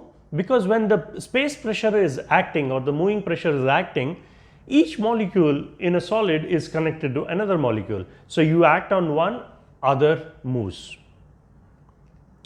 Now, having studied summarized the spacity as a theory, now we are supposed to act on it, apply it on all the contradictions that we called as cracks in the classical model of universe. The first one was dark matter and velocity curve. The issue here was, if at all gravity existed, it should have acted uniformly, but it does not. And if you want to compensate that particular deviation with respect to by introducing another force like a dark matter, at least that should act uniformly, and that also does not. So important for us to know now is, does spacity act uniformly? Is it able to explain all the anomalies? It will be able to explain. So, let us first take the solar system. We will try and see how the play of forces S1, S2 and S3 are able to explain the velocity curve. And since we are talking only about velocity or the speed of the planets, the first pressure, which is S1, which is a holding pressure, we will discount it because it does not affect speed. It is not adding any kinetic energy to it because it is acting on all the sides. So, we will not talk about S1. But when you come to S2, which is basically the moving pressure, this is the principal force in solar system because of the higher mass of sun as compared to all the planets put together. And we had seen that principal force S2 is dependent on masses that it is acting on and the distance, inversely proportional to the distance. So, as you move away from the center of the solar system, farther the mass, weaker is the influence. So, hence S2 reduces. Now, coming to S3, it has a minimal effect. Now, S3 is directly proportional to the mass that is there in that particular orbit. This is showing when there are many masses going around, but in case of a planet's orbit, it could just be one mass going around it. So, when this S3 would be very, very less as compared to S2, and you will come across these peaks when you move away from the center of the solar system, and the magnitude of this is directly proportional to the weight of the mass that you are experiencing. That is how velocity curve is explained by S1, S2, S3, and let us assume apply the same thing to a galaxy or our Milky Way. In this situation also, the holding pressure is something which we will not talk about because again it is holding pressure. There is no speed imparted to the stars. So, since this is a complex system, let us study the mass distribution in a galaxy. We know for sure that the galaxy is made up of a supermassive black hole in the center. Then you have an inner ring wherein the stars are densely packed, and then you have spiral arms around it where the stars are sparsely concentrated. So, let us study the galaxy's mass distribution.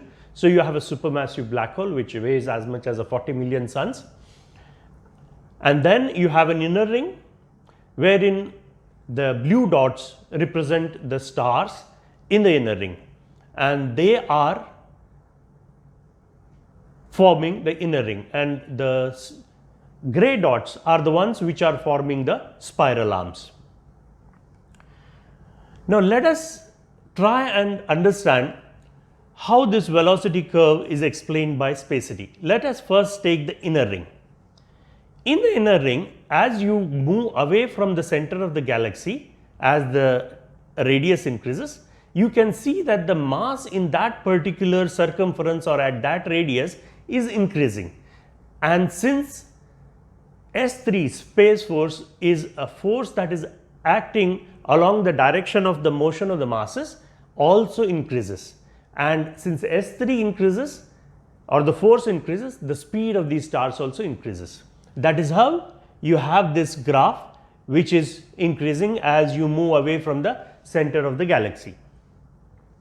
Now, let us see what is happening to the spiral arm. You see, the mass was increasing here in the inner ring, but the masses, the cumulative masses of the stars in that particular radius as you move away from the center of the galaxy remains constant. Since the mass is remaining constant, S3, which is directly proportional to the mass of the masses which are making up the system, the S3 also remains constant. That is how you see this S3 remaining constant. Since when S3 remains constant, the speed also remains constant. That is the speed that we see here. The next is at the junction of the inner ring and the spiral arm, these stars, they are not falling back. Why would that reason be? Because there is a play of S2. Like we saw here S3, there is a play of force of S2. That means inner ring is acting as a primary mass and the stars in the spiral arm acting as secondary masses. So as you move away from the center of the galaxy, S2 is directly proportional to the main mass and the smaller mass and inversely proportional to the distance, and hence S2 is also decreasing. Since S2 is decreasing, the speed is also decreasing. And as you see, if the effect of S2 is decreasing and effect of S3 is remaining constant, this would in a way lead to these stars falling back. That is how spiral arms form. And why does this not drop? It is because this star speed is almost the same speed of all the stars that are there on the perimeter because of the closest distance. So the basic speed of all these stars in the spiral arm would be the speed of the stars on the edge of this perimeter. And then coming to the effect of the supermassive black hole, we see that it has a minimal effect because on one side you have primary mass which is 1, whereas the stars on the other side is 100,000. Even if you want to take only one sector, it is 25,000. And even if you wish to consider this as a 40 million suns and one star only, this one star on the other side is affected or acted upon by 25,000 ratio. So 1 is to 25,000, and hence the effect of black hole as such on all the stars in the galaxy is minimal effect. And that is why you will see that there would be S2, but it would be very close to the x axis, just parallel. It would be reducing as you move away from the center, but it would be very less. So as we saw here in explanation of S1, S2, S3, did we come across anything called as dark matter? No, we didn't have to resort to any dark matter. And hence, spacity is able to explain the contradiction that was there in the classical model of universe this way. Now the next contradiction was the contradiction of centrality. The suggestion that larger the mass, stronger the influence, farther the mass, weaker the influence would invariably give you a system where the larger mass is in the center and all the planets or smaller masses are orbiting around it. And central mass is the reason for the creation of this system because of this suggestion and existence of the system itself.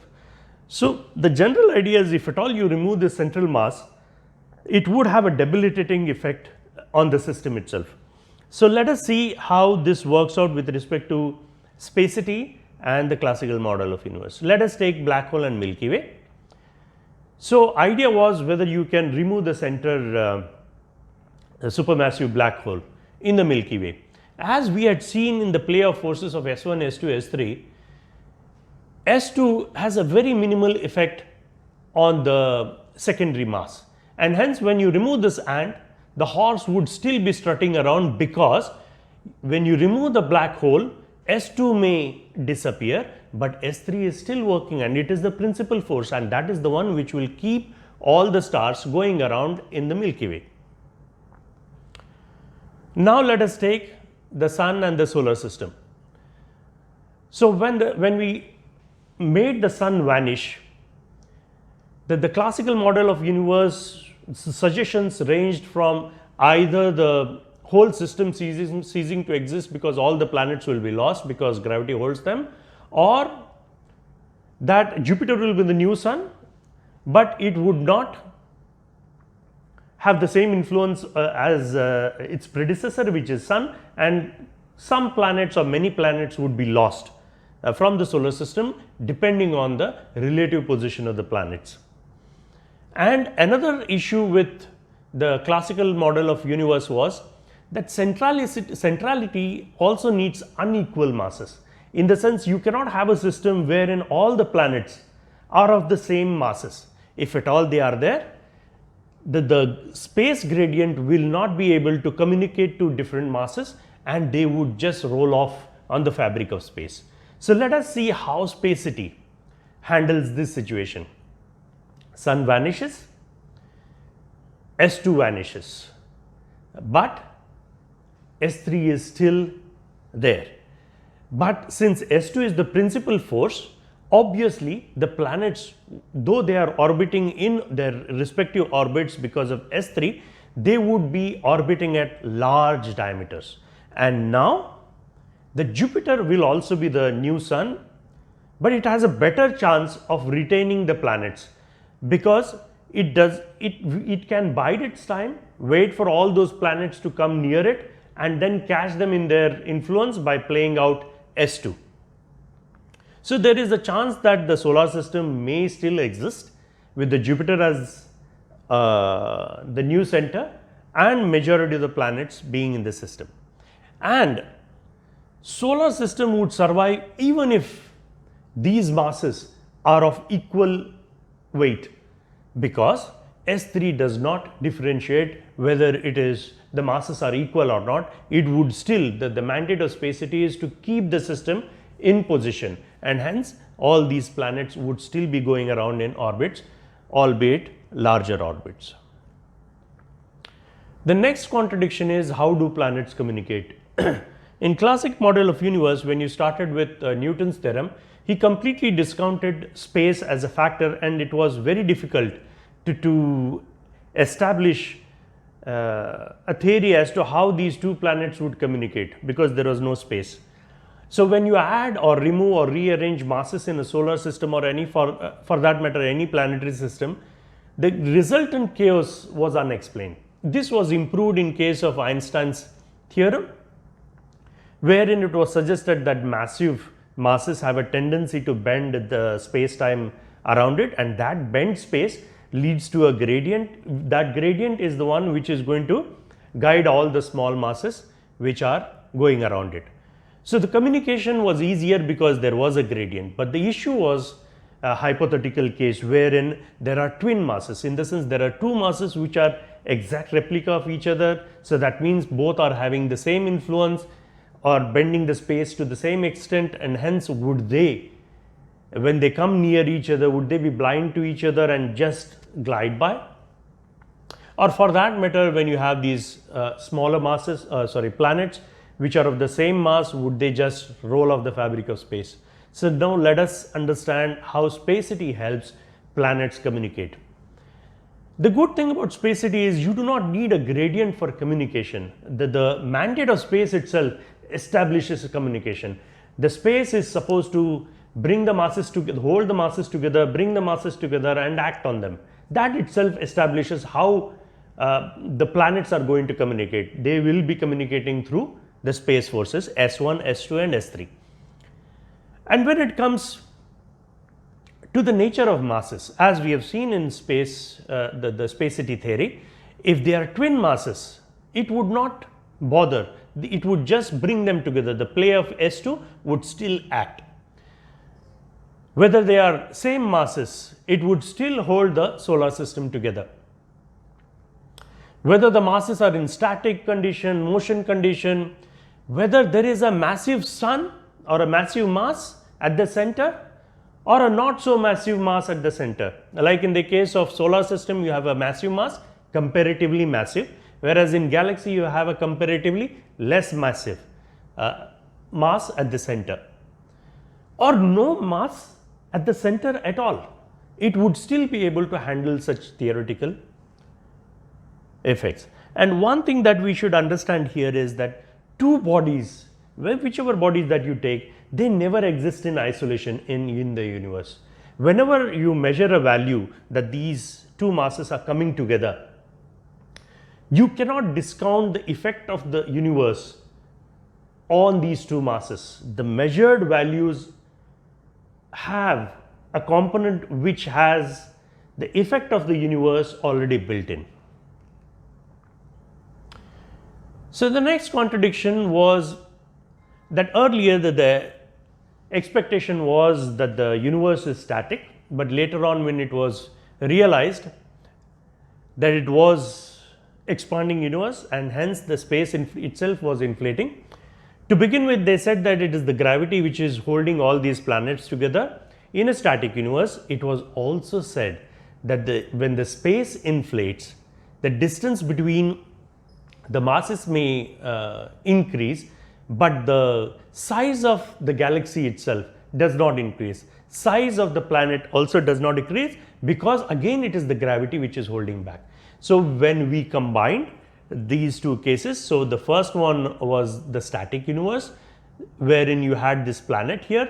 So when you go to the next expanding universe, when the space, when it is inflating, when it can move the galaxies, it could move the masses also, the planet also. When mass is moved away, the sun has to bring it back, and that can be brought back only when the primary mass is increased or the secondary mass is decreased, and nothing like that happens.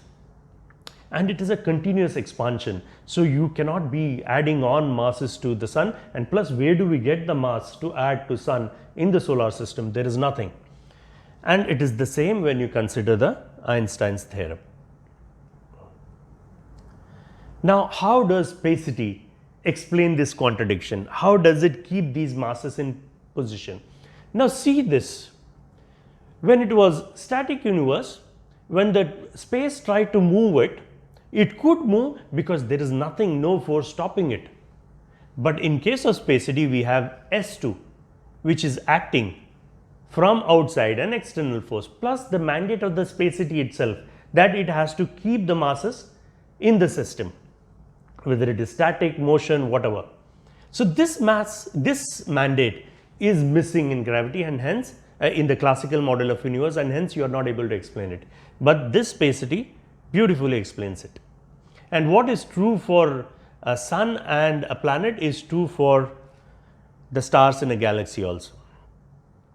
Now till now we have seen the play of forces of S2 and S3, which are basically moving pressure. We have not come across S1 as yet. So let us see how S1 is able to help us explain some unexplained phenomena, and one of them is two-slit experiment.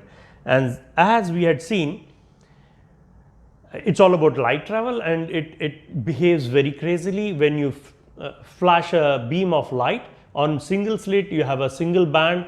When you make it flash through two slits, you get a interference pattern, suggesting that earlier it was moving as a line, now it is moving as a wave, related to interference pattern.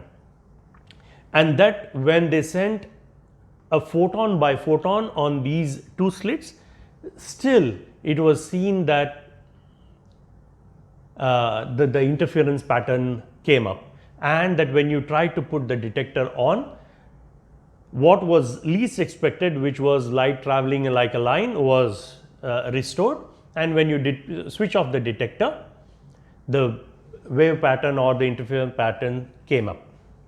So the basic unexplained part of it is that it is sometimes light is traveling like a line or as a wave. How would light know whether there is one slit, two slits? It is unexplained. And then it is okay when you are saying that there are two photons which when they cross, they travel like wave, and hence there is an interference pattern. That means there should be two photons for an interference to happen. The fact that when you send one photon, even then the interference is happening, that means that the photons themselves are not traveling as a wave when it crosses the plane 1.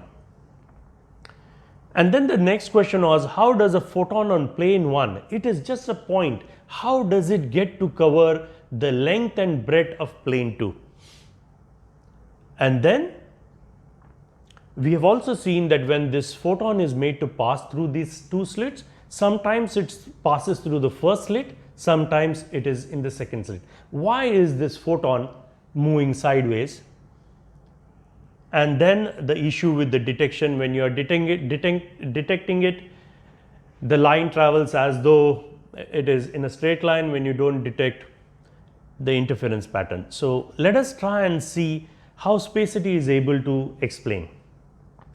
So mandate of space is that space is acting on every mass, that is that S1, the holding pressure. we know that for every action there is an equal and opposite reaction. Now when space is acting on mass, which is photon has to react. So the action is a compressive force on the entire surface. The reaction would be a radiating force, which is like an energy sphere. So every photon will have an energy sphere because of the action of S1, mass, so space acting on mass of photon. There would be an energy sphere which is continuous and outwardly radiating. It is energy spheres which are going continuously away because space is continuously acting on it and the mass is fighting back. Now how can we apply this concept? So now we have one photon. Let us only consider the case of one photon so that you can make it complex, two photons, multiple photons, and then it will be easier to understand. To begin with, a simpler case, one photon only. It has got an energy sphere which is ahead of it. So the energy sphere will reach plane 1 even before the photon reaches the plane 1. Now this energy sphere would, when it crosses these two slits, it is one sphere. When it is passing through the two slits, it creates two twin identical spheres, sphere 1a and sphere 1b, as is shown here. They are in different color only for the sake of clarity, otherwise they are exact replica. And these are the spheres which are interacting with each other and creating an interference, and that interference is a series of highs and lows, and this is on the surface of respective spheres. Now when that is set up, the photon, what does it have to do? When it crosses the slit, it has a choice of many such paths that these two spheres have created. These two twin spheres have created for the parent photon to choose from, and then they follow the path of least resistance. It rides all the highs, and there are many highs and lows, and it is not necessary that it should go straight. Wherever the interference pattern takes it, it would go and fall on the plane 2, and this would happen. This is the reason why it is able to paint the whole surface. A single point photon will be able to reach the entire length and breadth of the plane 2. So the diameter of these spheres is represented here by the height of the interference pattern, and when you add these two diameters together, you will have the width of the interference pattern.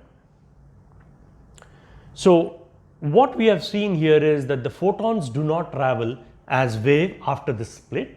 The slit, it is just that the energy spheres prepare an interference pattern for the photon just to follow it, and that just one photon is sufficient to create these two interference patterns. If you remember, in the earlier case we had said that to create interference pattern you need two photons, then only they are traveling as wave, and then you can have an interference pattern. Here we can see that just one photon, thanks to the spacity and these energy spheres, one photon can create an interference pattern. Now what happens when you have another photon? Would these energies, each of them is being acted upon by space, each has its own energy sphere, would they create an interference with each other? They would not. If at all they would interfere with each other, forget the slits, forget the two slit experiment. Wherever we see in this room, you would see interference pattern everywhere. The fact that you do not see those interference pattern, which shows that if the energy spheres are because of two different parents, they do not interact with each other. But for these energy spheres to interact, the parent photon should be the same. So you send one, two, multiple photons. So the first photon crosses, it creates its own twins and it helps it fall on this plane. The second photon has its own independent twins, and that again is creating a path of least resistance for the second photon. So they do not interact with each other, and you have the complete interference pattern falling. So this is what we explained, that when you have one just photon, just one photon and one slit, no interference pattern, because when the sphere is crossing the slit, it still remains a single sphere, and the photon goes in straight line. So when you have photon after photon being sent, one photon, it splits into two twins, and the photon just rides on the highs and lows created by the twin spheres. And when you have many photons, which is a flash of light beam, in the same way each are independent of other, so there would still be twins corresponding to each photon, and they would go ahead and make an interference pattern on plane 2.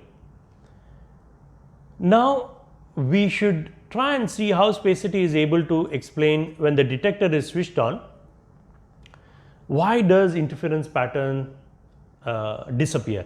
That is possibly because when you are putting a detector, obviously you are sending a series of waves, and you need to receive these waves back, so that when the photon crosses it, you know what is happening to that photon.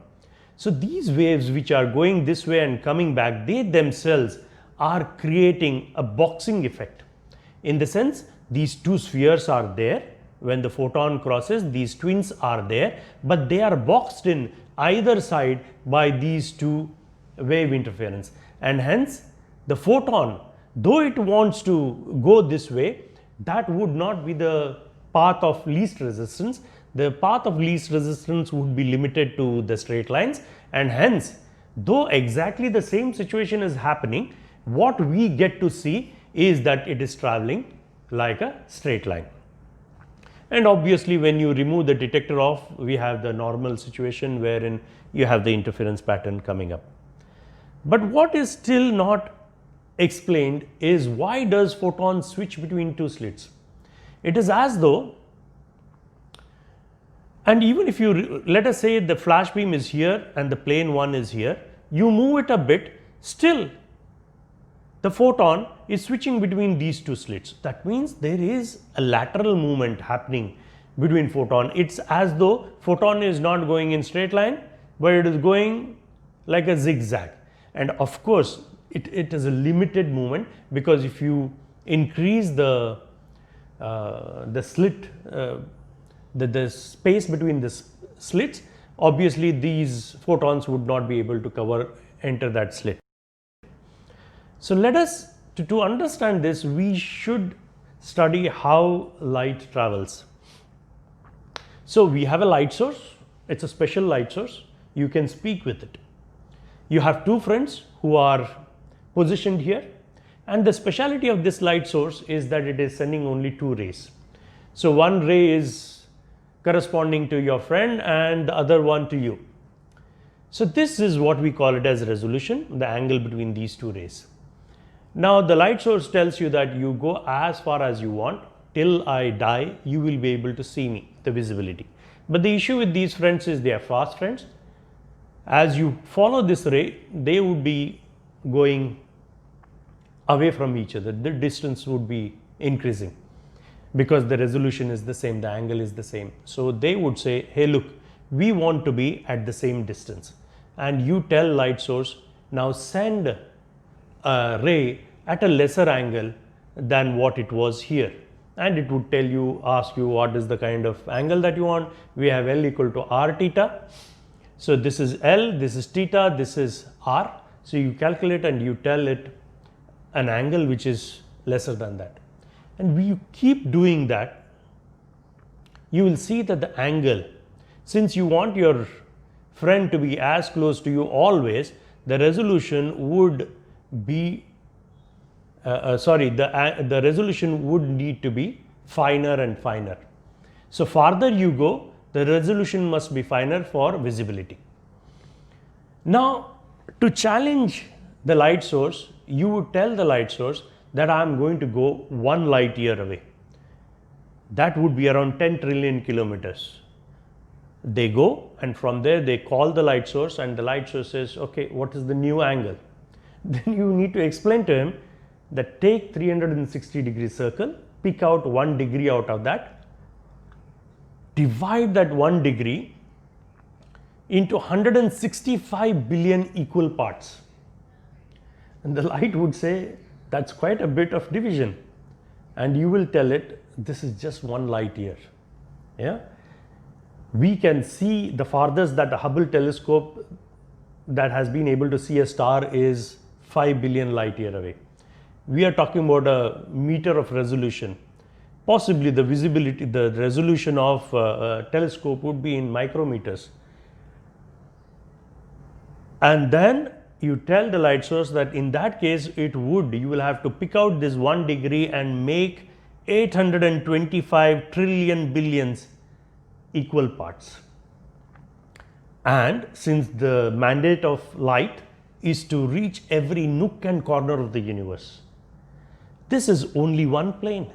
This has to happen through the complete 360 degree, and that is again one plane.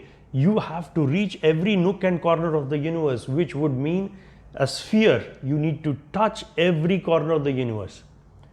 If this is the situation, the light would give up and say, enough is enough. As it is, you are making me travel at a speed of 300,000 kilometers per second, and now you want me to keep dividing all these angles.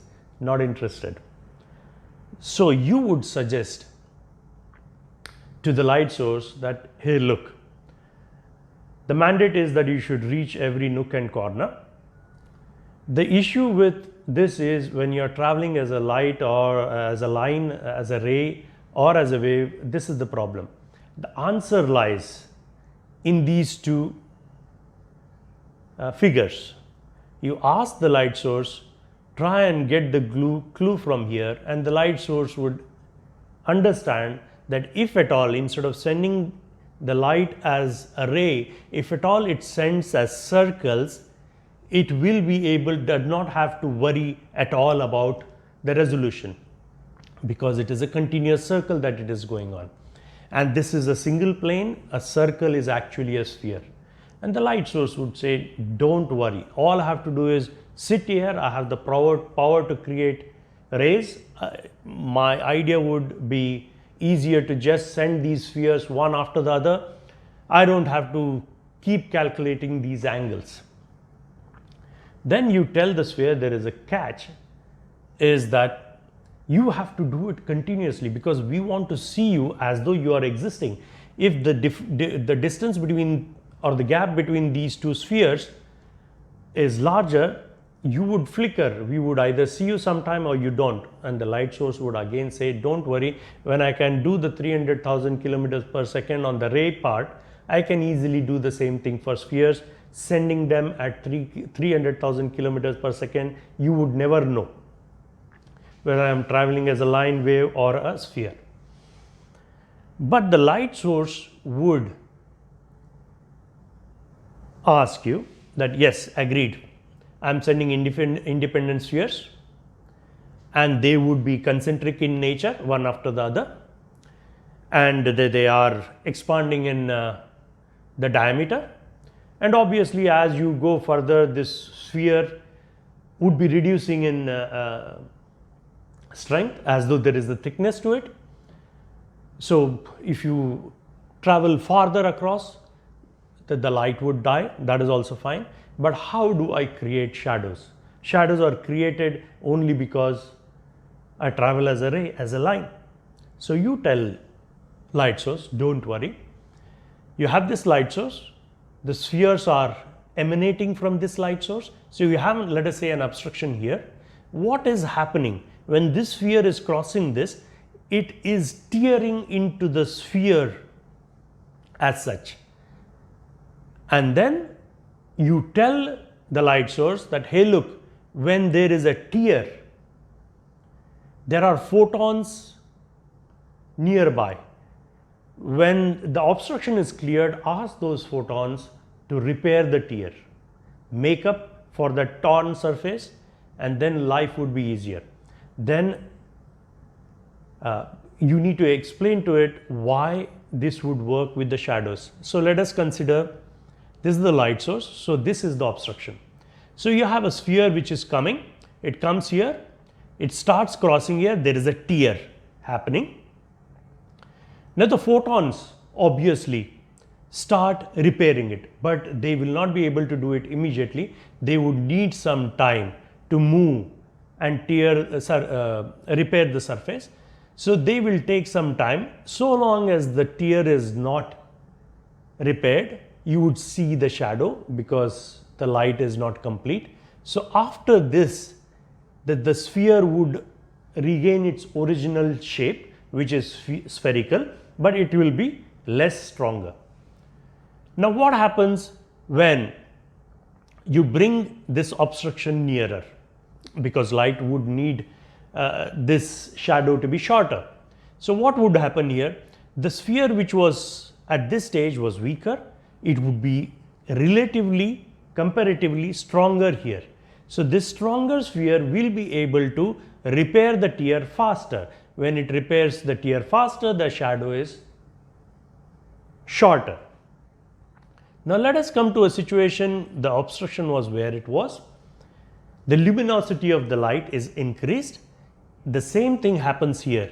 Now though the distance is same, the luminosity is increased, the strength of the sphere that is reaching here is the same as the strength of the sphere here, and hence it is able to create the same shadow like this, a shorter one.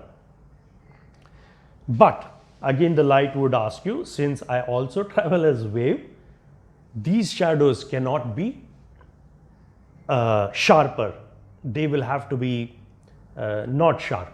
So you would say that, hey look, since it is tearing that is happening, obviously the repair procedure will be continuous and smooth, and hence these would not be stark shadows. There will be light creeping in as it nears the end of the shadow.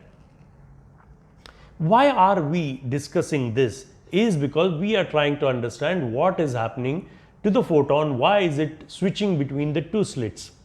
So we saw now that this sphere is made up of all these photons which are there.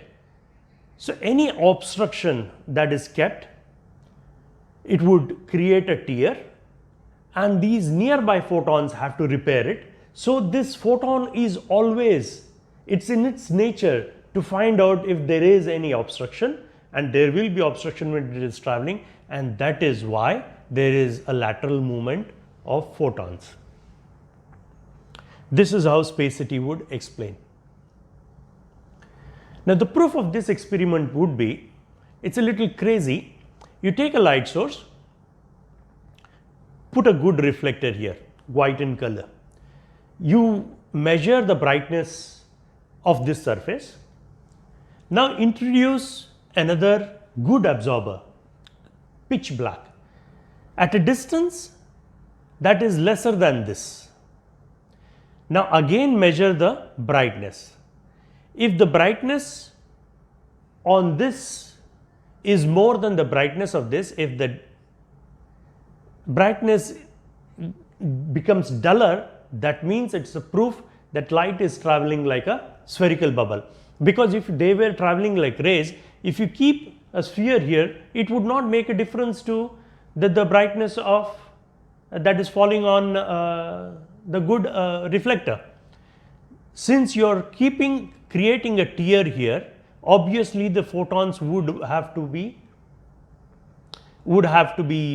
compensated. So this would get duller. If it gets duller, the light does travel as spherical bubbles. I tried to do it at home, but it is almost impossible to create a pitch dark room. Plus, however dark that I was able to take this absorber, there was a lot of reflection that is happening. So somebody who has capacity in a lab to reproduce this, this could be checked or verified. Coming to the contradictions in classical model of universe, we were talking about pre-matter. So the idea was that gravity is a property of mass. So for you to have gravity, mass has got to be there. It's all fine when you have this masses and you can say that the gravity exists, but what happens during the early universe when there was no mass?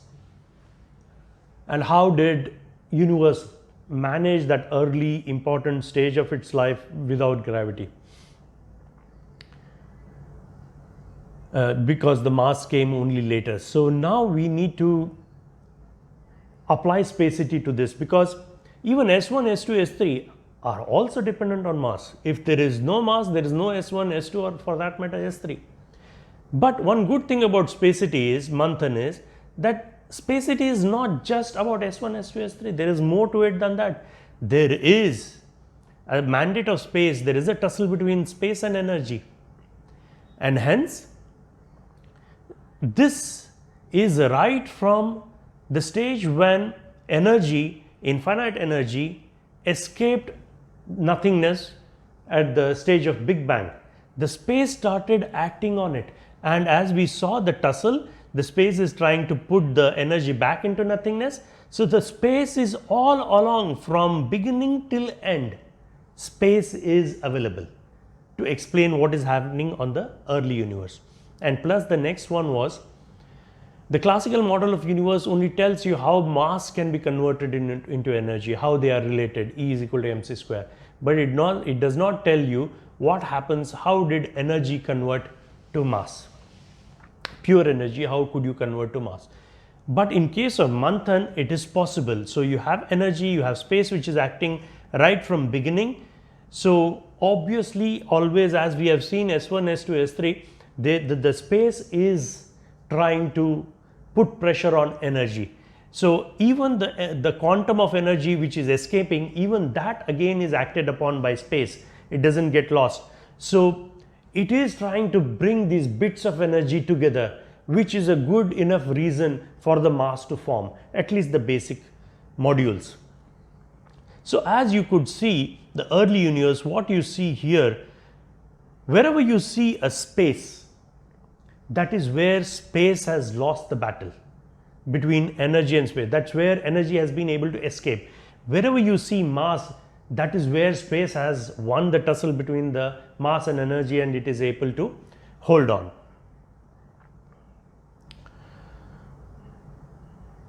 Now that is fine as long as you had early universe where there was no matter. But now when the matter came, matter was formed.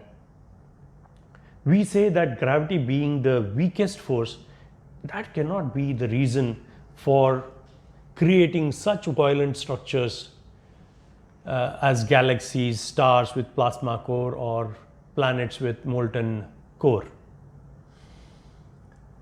But if gravity is the weakest force, so is S2.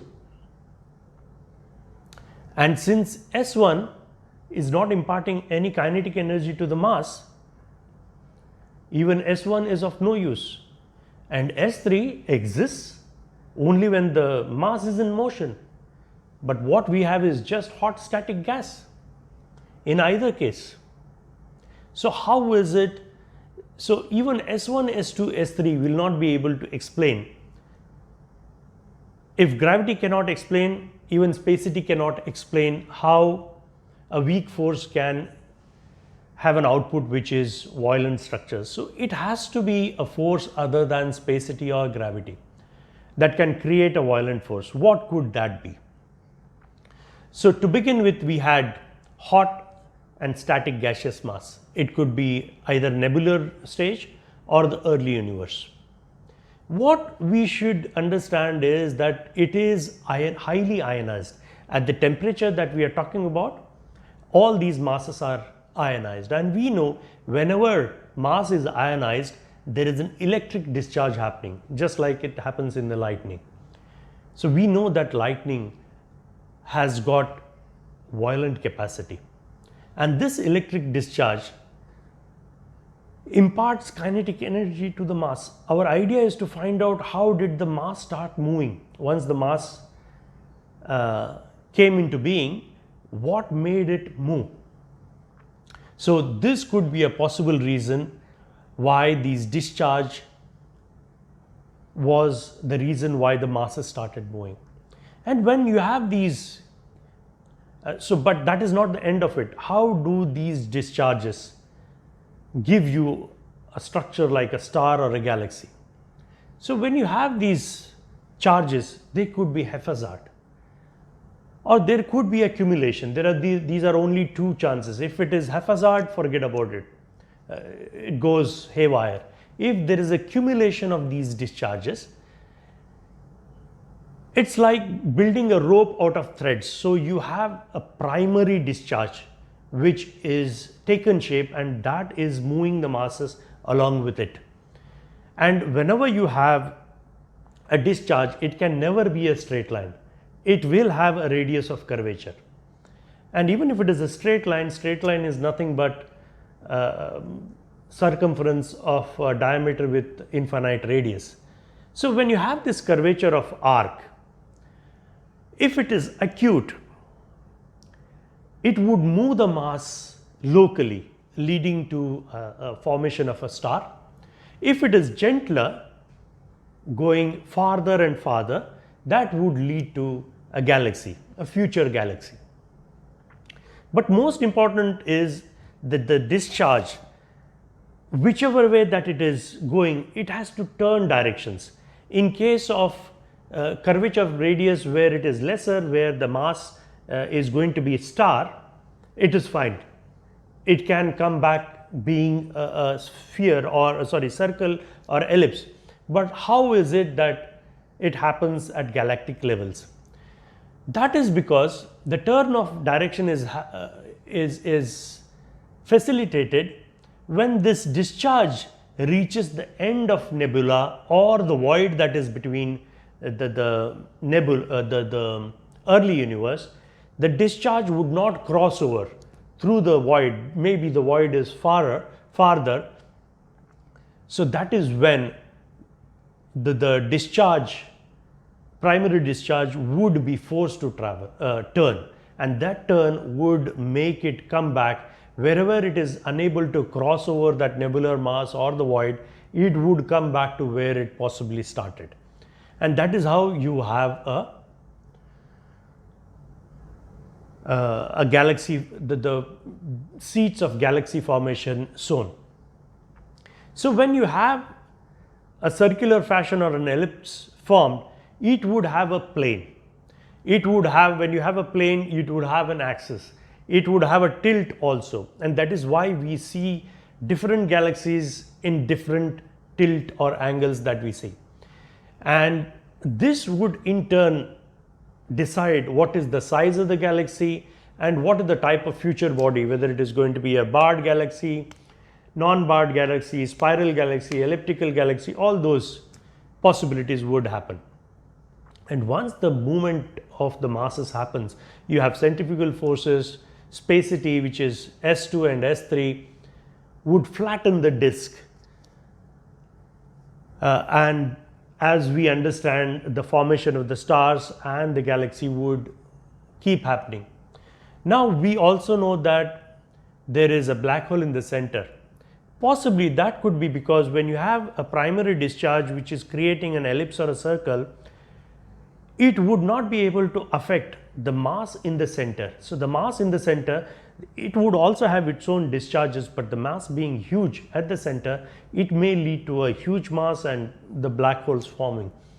And the other possibility is that the black holes do not just form at the center, they can form in the inner ring, in the spiral arms. So when those black holes form, they have an option either to leave the galaxy or sink in or slide in towards the center. It cannot go out for the very reason of spacity. It has to keep all the masses, so it is pushing it towards the center. And plus the S3, which is acting on black holes, it's a general the average S3 in the mass would not be good enough to move the black hole the way it moves the stars. It would not have that force. So the chances are that all these black holes which are formed in the galaxy would slide towards the center like in a sink. But after this, Manthan does not deviate from the classical model of universe with respect to the planetary disk, how the stars, moons are formed. So we do not go into that factor. We are only limiting ourselves to the reason of movement of the masses is not gravity, or formation of these galaxies not gravity, neither is it spacity, but the electric discharge which is happening. So as we had said earlier, when you have a weak input, hot static gas, you cannot have a weak process to have a violent output. So now that the weak process of gravity is replaced by electric discharge, this still is a possibility. Now we need to try and find out if spacity is able to explain how the different types of galaxies formed. We have come across many types of galaxies, and the classical model of universe is unable to explain because gravity is the basis, and they are unable to explain how these various types of galaxies form. So let us concentrate on only two types of galaxies. Out of the 100 galaxies that you come across in the night sky, 80% of them are spiral galaxies.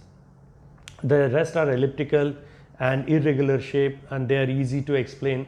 So once we are able to handle these two, that would take care. And again, this 80% or 75% of the galaxies which are in spiral form, they again are two types. One is without any bar, another is called as barred spiral galaxy. They are almost half, 40% of the galaxies that you see in the open sky are either non-barred spiral galaxy or barred spiral galaxy. But before we move there, it is important for us to understand the galaxy rotation. So when you have an inner ring and spiral arms,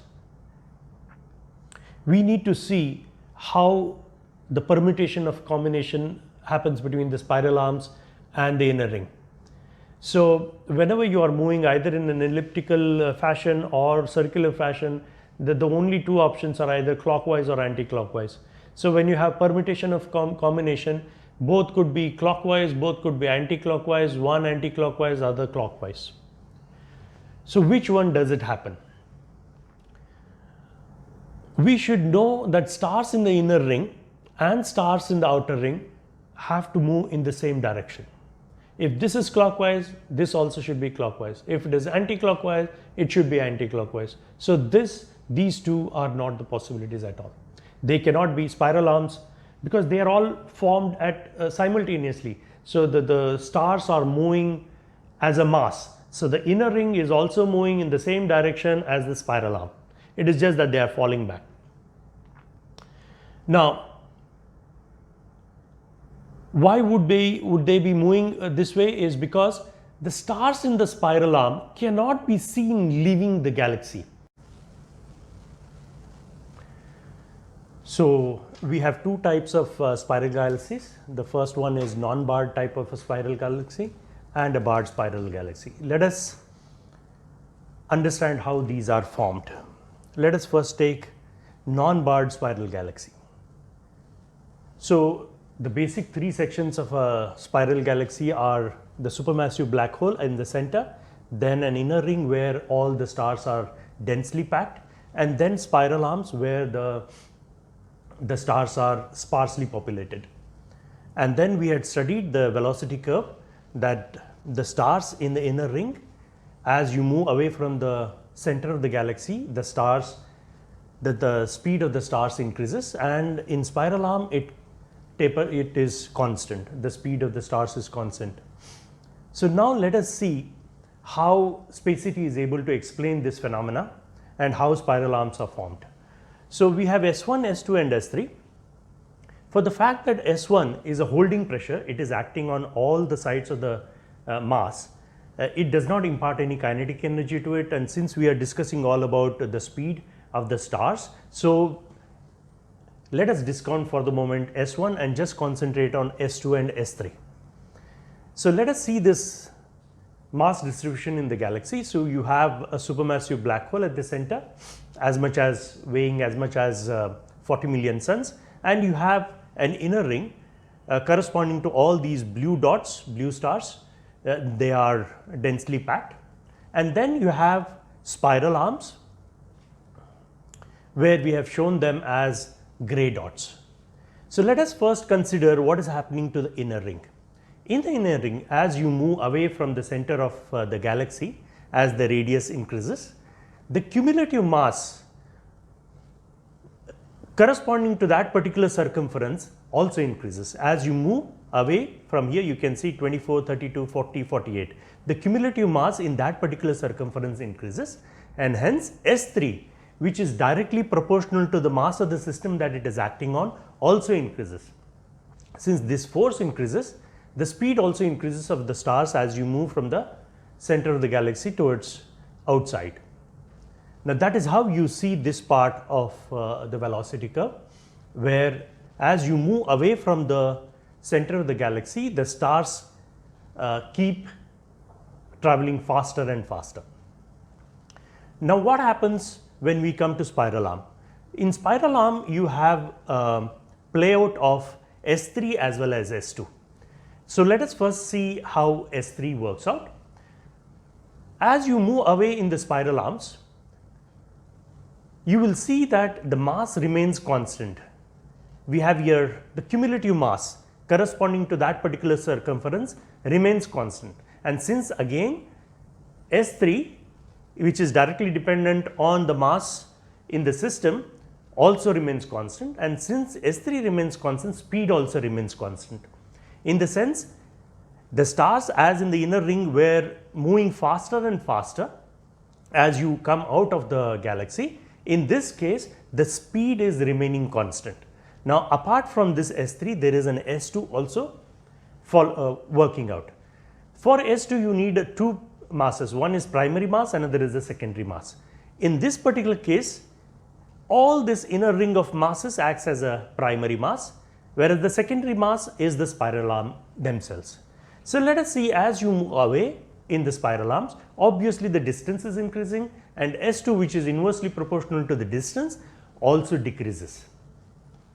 When S2 is decreasing, so even the speed is also decreasing. It is not the speed which is decreasing, it is an additional speed that it is able to impart is decreasing. So what happens when you have a reduction in speed and constant speed is, when you move away in the spiral arms, the stars have more and more speed, the distance to cover, and hence they keep falling back. If these speeds were increasing just like this, they would also have followed the same way as in the inner ring. But now, since the effect is lesser, so they keep falling back. But the basic speed of all of these masses in the spiral arm is the same as the speed of the stars in the periphery of the inner ring. That is why you see that it is not dropping here, it is the same here. It's only an additional speed which is becoming lesser and lesser. So that is how the spiral arms are formed, or the spiral galaxy is formed. Now let us see what is happening to the barred galaxy. In a barred galaxy, it is the system is the formation of the system is the same with respect to the massive inner ring. The structure is the same, and even the spiral arms also, the structure is the same. What is peculiar about the barred galaxy, as the name itself suggests, that there are two bands of stars and they are thickly populated on either side of the galaxy or on either side of the inner ring, and where the inner intermediate ring meets the spiral arms, you have ansae forming on either sides again. So we will study how these galaxies are formed. To begin with, let us see the play of forces, and again, just the way we studied in spiral galaxy, S1 being a holding pressure and a holding force is not imparting any kinetic energy. So we will not discuss about S1, effect of S1 on the galaxy formation. So let us limit ourselves to S2 and S3. As we had said, in the inner ring, as you move away from the center of the galaxy, just like in a spiral galaxy, non-barred spiral galaxy, the cumulative mass corresponding to that particular circumference is increasing, and hence S3, which is directly dependent on the mass of the system it is acting on, is also increasing. So you have all of these stars moving like as though they are one single block. And again, play of forces between S3 and S2 in spiral arms would lead to all these stars falling back, because the combined effect of S3 and S2 is not able to push the stars beyond the basic speed of the stars on the edge of the perimeter. But what is different is the intermediate ring that we have shown between A and B. A is where the massive inner ring ends, B is where the spiral arms start. Now between A and B, S3 and S2 play out. But let us see, when you move away from the galaxy, you would see that the cumulative mass of the stars in that particular circumference is same. 4 here, there is 4 on the other side, so 8, 8, 8, 8. So that means the mass remaining constant, the S3 also should have remained constant, and when you have a constant speed, as you move away, these stars should have fallen back, just the way you see in the spiral arms. But it does not happen. So what is making these stars move faster than normally as seen in the spiral arms? So there are two factors which are helping us, or helping these stars. As you have seen, at the junction B between the spiral arm and the intermediate ring, you will see that there is densely packed stars, and this would be generating a secondary supermassive mass, and this secondary supermassive mass acts on all these masses. So this is like, for S2 you need a primary mass and a secondary mass. This massive mass acts like a primary mass, and all these masses, the stars in the intermediate ring, act like a secondary mass. So as you move away from the galaxy, you will see that as you are moving towards nearer the ANSI. So when you are moving near this ANSI, obviously the effect of this ANSI keeps increasing. That is one of the factors which is stopping these stars from falling back. Another factor that is stopping it from falling back is the S3 itself. As we had seen, this has created a huge accumulation of stars which is densely packed, much densely packed than what you see here. This in turn would lead to, as we see in ANSI formation, there would be a backlash of this accumulation, and hence as you move towards this, the density also decreases. So when you are moving from here to here, as you approach the ANSI, this mass, the density of stars is increasing. Since the density of stars is increasing, cumulative mass of these stars in that particular circumference is also increasing. That would lead to an increasing S3. So when you have an increasing S3 and an increasing S2, obviously the speed would be increasing, and that speed is the one which allows the stars in this to move along as though they are a part of the massive inner ring. This is the play of forces between S2 and S3. But let us now study, why do these bars and ANSI form in the first place? So there are three factors affecting it. One is the star density. So in the inner ring, we know that they are densely packed stars. In the spiral arms, you have sparsely populated stars. What is happening here in the intermediate ring, though it now looks like densely packed, that is after formation. Imagine you turn the clock a few million or billion years ago. To begin with, possibly all these stars were not packed like this. These were distributed all around this intermediate ring. So you can imagine all these stars which are now packed here would be distributed along this, and you can imagine those density would not be as much as you see here. It would be intermediate density. And it is not just that, and they would be unevenly distributed. Let us see. And the next factor is the gyroscopic forces. Any rotating disk, any rotating mass in the universe would always want to be, it seeks balance. If there is any imbalance in the system, it tries to remove those imbalances, and those forces are called as gyroscopic forces. And obviously, since galaxy is also a rotating disk, the gyroscopic forces also act on every section of it. But the effect of that gyroscopic forces is not uniform everywhere. When it comes to massive inner ring, you see that they are densely packed. There is an inbuilt balance in the system. So the effect of gyroscopic forces on the massive inner ring is minimal. And on the spiral arms, the fact that they are on the edge, they can seek easily the balance. Even if there is any imbalance, it can easily seek because it has the freedom to move. But what is happening in the intermediate area, all these rings are boxed in on either side, on the outside by the barrier created by the spiral arms and inside by the massive inner ring. So, and these stars to begin with, not in this position where they are now distributed in the intermediate ring, they are unevenly distributed, and that uneven distribution would lead to an imbalance in the system. So a rotating disk there would be a back and forth rocking, and that back and forth rocking keeps on happening millions and billions of years. So let us imagine what would happen when a disk is rocking back and forth. Obviously, the gyroscopic forces would create that rocking back and forth would have an axis.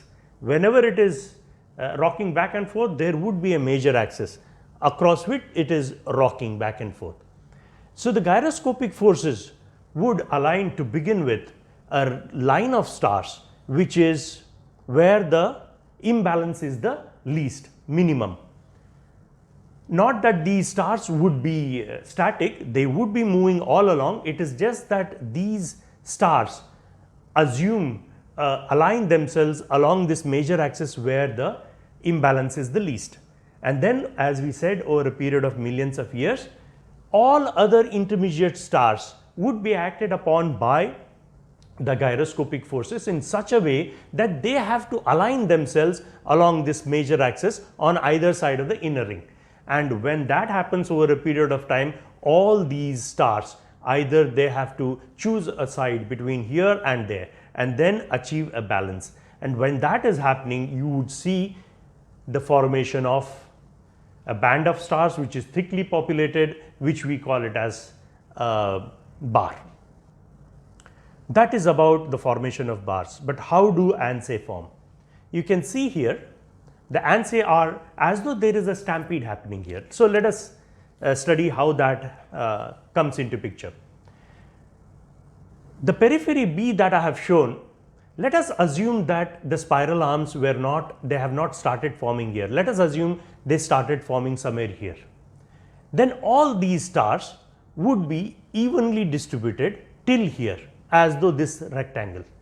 But unfortunately, for the intermediate ring, the spiral arms, instead of starting here, they would be starting here. This in a way would create a barrier for all these intermediate rings, the stars in the intermediate ring, which are trying to align across this axis where the imbalance is least. They will be forced to accommodate in this area itself because the barrier has closed, the door has closed, so there will be a stampede, and that stampede is what we see as ansae. That is how bars and ansae are formed. Now coming to another contradiction wherein it is said in classical model of universe that to begin with they were under the impression that the universe is static, but when Hubble observed the masses in the night sky, he saw that almost all the masses were moving away from each other. And hence, when they were moving away from each other, it was theorized that at some point of time they would have started from a single point, which is Big Bang. That is how it was presented. And it was what Hubble found out was that the universe was not just expanding, it was accelerating, which means there is some energy which is putting its foot on the pedal and your universe is accelerating. If that is the situation, and it was suggested that gravity being the primary reason why the universe exists, a time will come when gravity will override this accelerating force, and there would be a big crunch, and they would come back to a Big Bang and a new cycle starting. We will see the cycle does start, but as you see here, let us assume there are only two masses in the universe, just two. As the universe is expanding, you see that these two stars, the distance is growing farther and farther. And as we know through the space gradient of Einstein, that these two masses, there is no way it will be able to have any effect on the other mass, because we are trying to bring back the universe. So as you expand, the universe expands, the gravity reduces, but dark energy is not going to reduce. Dark energy ultimately, as we see, this is existence. The whole existence is in a cocoon of nothingness, as we had studied in Manthan cycle. So this existence is positive pressure, however high, low, whatever it is. As long as there is matter in the universe, there is a positive pressure.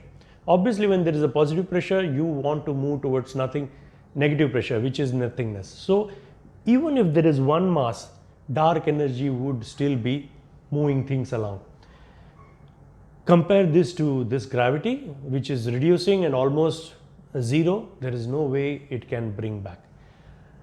So how would universe, the Manthan, try and present universe as a cycle? So as universe expands, we know the energy reduces and the space grows stronger.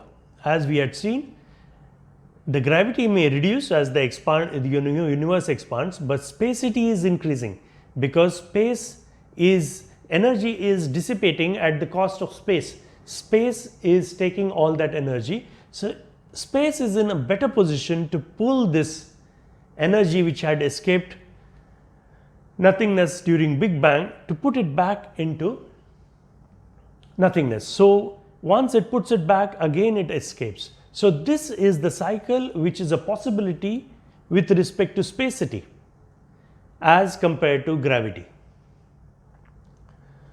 Now what exactly happens when you when space puts the energy into nothingness is that for an observer, it is as though the universe has gone out of existence, it has gone into nothingness. It may take millions and trillions of years for the infinite energy to come out of nothingness, but for me, it is immediate, because time for me has stopped, because time depends on energy. Energy has vanished, space has vanished. Whenever it comes back, it seems as though it is immediate. Now we also should understand the tango of nothingness and infinity. We know that 1 by infinity is equal to 0 and 1 by 0 is equal to infinity. When you see this infinite energy escaping nothingness, or for that matter, space restoring the energy which was depleting back to infinite levels, because the space would be 0 and 0 volume, infinite pressure. When this is happening, we will see that you can breach nothingness only if you have a ticket called infinity. You can come out of nothingness, you have an infinity. You can go into nothingness, you can if you have infinity as a ticket. In the sense, let us assume there are just two people in the whole of universe. So if I move away from my friend, the universe is expanding, but I cannot vanish myself. Though I am just next to the nothingness, I cannot get into nothingness, because to get into nothingness I have to have the infinity ticket. Provided I convert myself to infinity, I can go into nothingness and come back. That is how. So to key to understanding infinity lies in understanding the concept of zero, because zero is the only one who can handle infinity. So when we see this, the prerequisites to build a universe, earlier we said energy, space and time. Actually speaking, it is energy, space, time and nothingness. So if you see energy, space and time are nothing but another form of energy. Energy is the one which is first among equals. So it is energy and nothingness. When we see energy and nothingness, nothing is nothingness. So it is just infinite energy. So if you have just pure infinite energy, you can build a universe, expand the universe, the space puts it back into nothingness, come out of the universe, come out of nothingness, build another universe. So the whole cycle goes on, and it is a perfect insulation. Nothingness is a perfect insulation. Energy doesn't get lost. It always was infinite at infinite level and will always be at infinite level. But what is more important is to find out where exactly we are on this cycle. We know for sure we are not on the space inflation, because that was at a speed higher than the speed of light. It cannot be somewhere near, but we know for sure we are here. But where exactly? Or how far are we to the extent where we are going to be put into nothingness? So when you compare universe to an IC engine or a heat engine, internal combustion engine, you will see there is quite a bit of similarity. You have a big bang, you have a space inflation, and then the space fighting and putting it back into nothingness. Whereas in IC engine, whether you take petrol or diesel, you are igniting petrol, which is similar to big bang, and then the space inflation as soon as the petrol bursts or diesel bursts. So you have a space inflation at a very high speed, and then the piston fights back, space fights back. Piston is the one which pushes all the exhaust out. So there is a possibility that we could consider the Carnot cycle, which is basically a pressure volume diagram of a heat engine. So let us study that a bit. So what is a heat engine? Heat engine is a mechanical contraption which converts the heat source to mechanical work. So you have petrol or diesel, you ignite it, you are able to move the car. So mechanical work. So we are more interested in efficiency, how efficiently, effectively we can exploit the heat source, which is petrol or diesel. So for us, efficiency is most important. Efficiency 100% is not possible because it is a real world. There will be losses of heat when you are trying to extract work from it, and the processes that we employ in a heat engine or an IC engine is expansion and compression. So as you see here, this is the situation where it all starts. So the air fuel mixture is sucked in,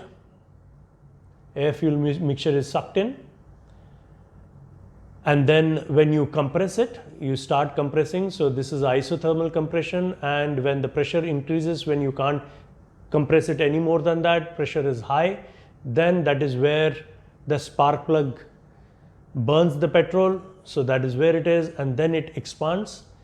To begin with, it is at constant temperature because it is isothermal expansion, and then it is isotropic expansion, and when it pushes it back, all the exhaust is driven away.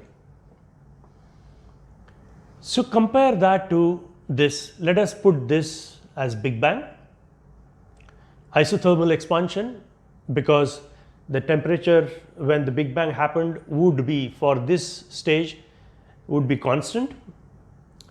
And then now we are somewhere here on the expanding universe, that is where the universe is, the temperature is dropping, and here the universe expanded very fast, whereas here it is expanding slow, very similar to what we talked about. And then the space fights back. When it fights back to an extent where possibly the volume becomes 0, it is infinite energy and it is coming back. So let us convert this, the pressure volume cycle or the Carnot cycle, to the universe. Obviously I cannot show the infinity, but it will be on this line, where that is where the Big Bang happens. So this is where the space is inflating, the temperature is infinite, and these are isothermal curves. Now at 2, obviously it starts cooling down, that is where the expanding universe is there, it is slow, and the pressure and the temperature are falling.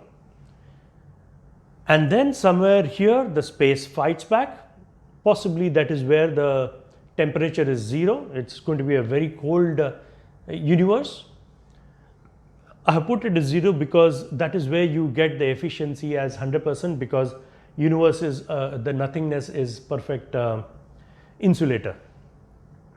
So when space fights back and reduces the volume to 0, obviously the pressure of the universe would be infinite, because whatever the mass that was there, you are trying to bring it to 0 volume. Obviously all the energy that was there gets converted into infinite energy.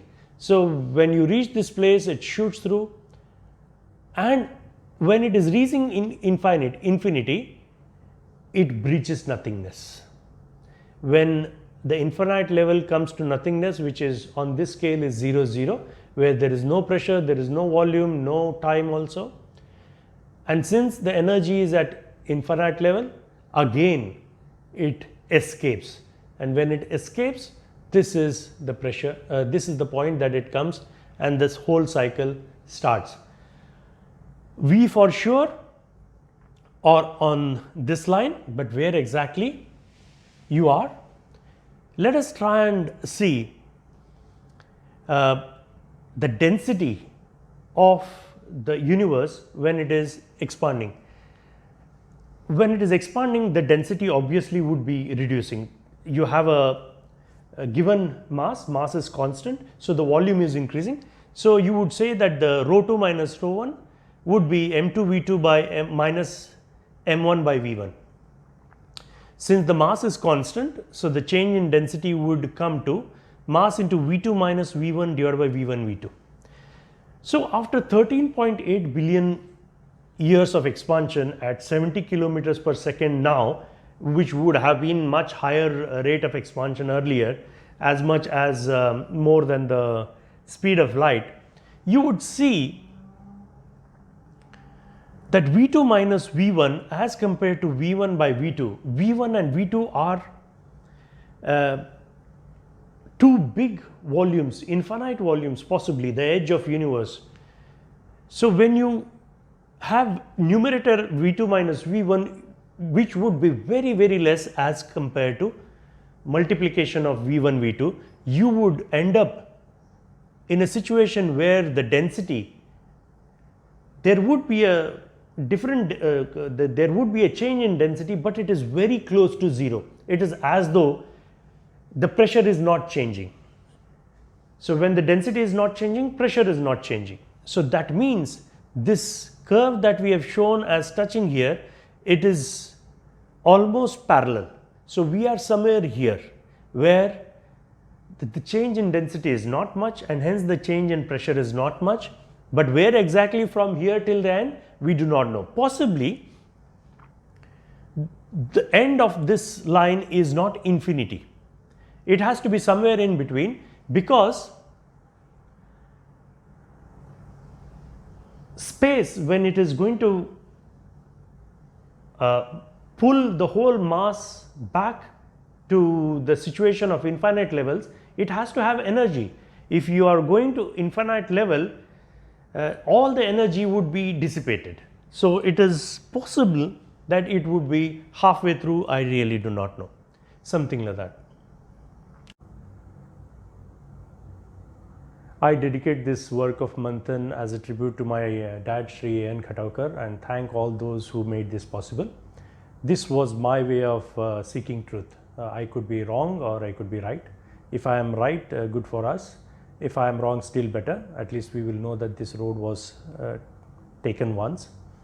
But what is most important is that the zeal to ask questions and to seek answers. The work of Manthan is not just limited to gravity not existing. The scope goes beyond spacity. It has possible solutions to the way light behaves in two-slit experiment, a possible probability that light may be traveling as a spherical bubble, and then the possibility of the electric discharge being the reason for kick-starting the galaxy formation, and possibly the whole universe acting like a galactic cycle. So all these are also included in the work of Manthan. But for sure, spacity deserves a little more respect than we have accorded it so far. There may be chinks in the armor of the theorem of spacity, and your feedback would be most welcome. You could either visit the dedicated website or the YouTube channel and share your comments. Hope this is not the end, and the search for truth lasts a lifetime and beyond. And if you have reached this longish 3-hour video, surely you do deserve a big thank you. So thank you once again.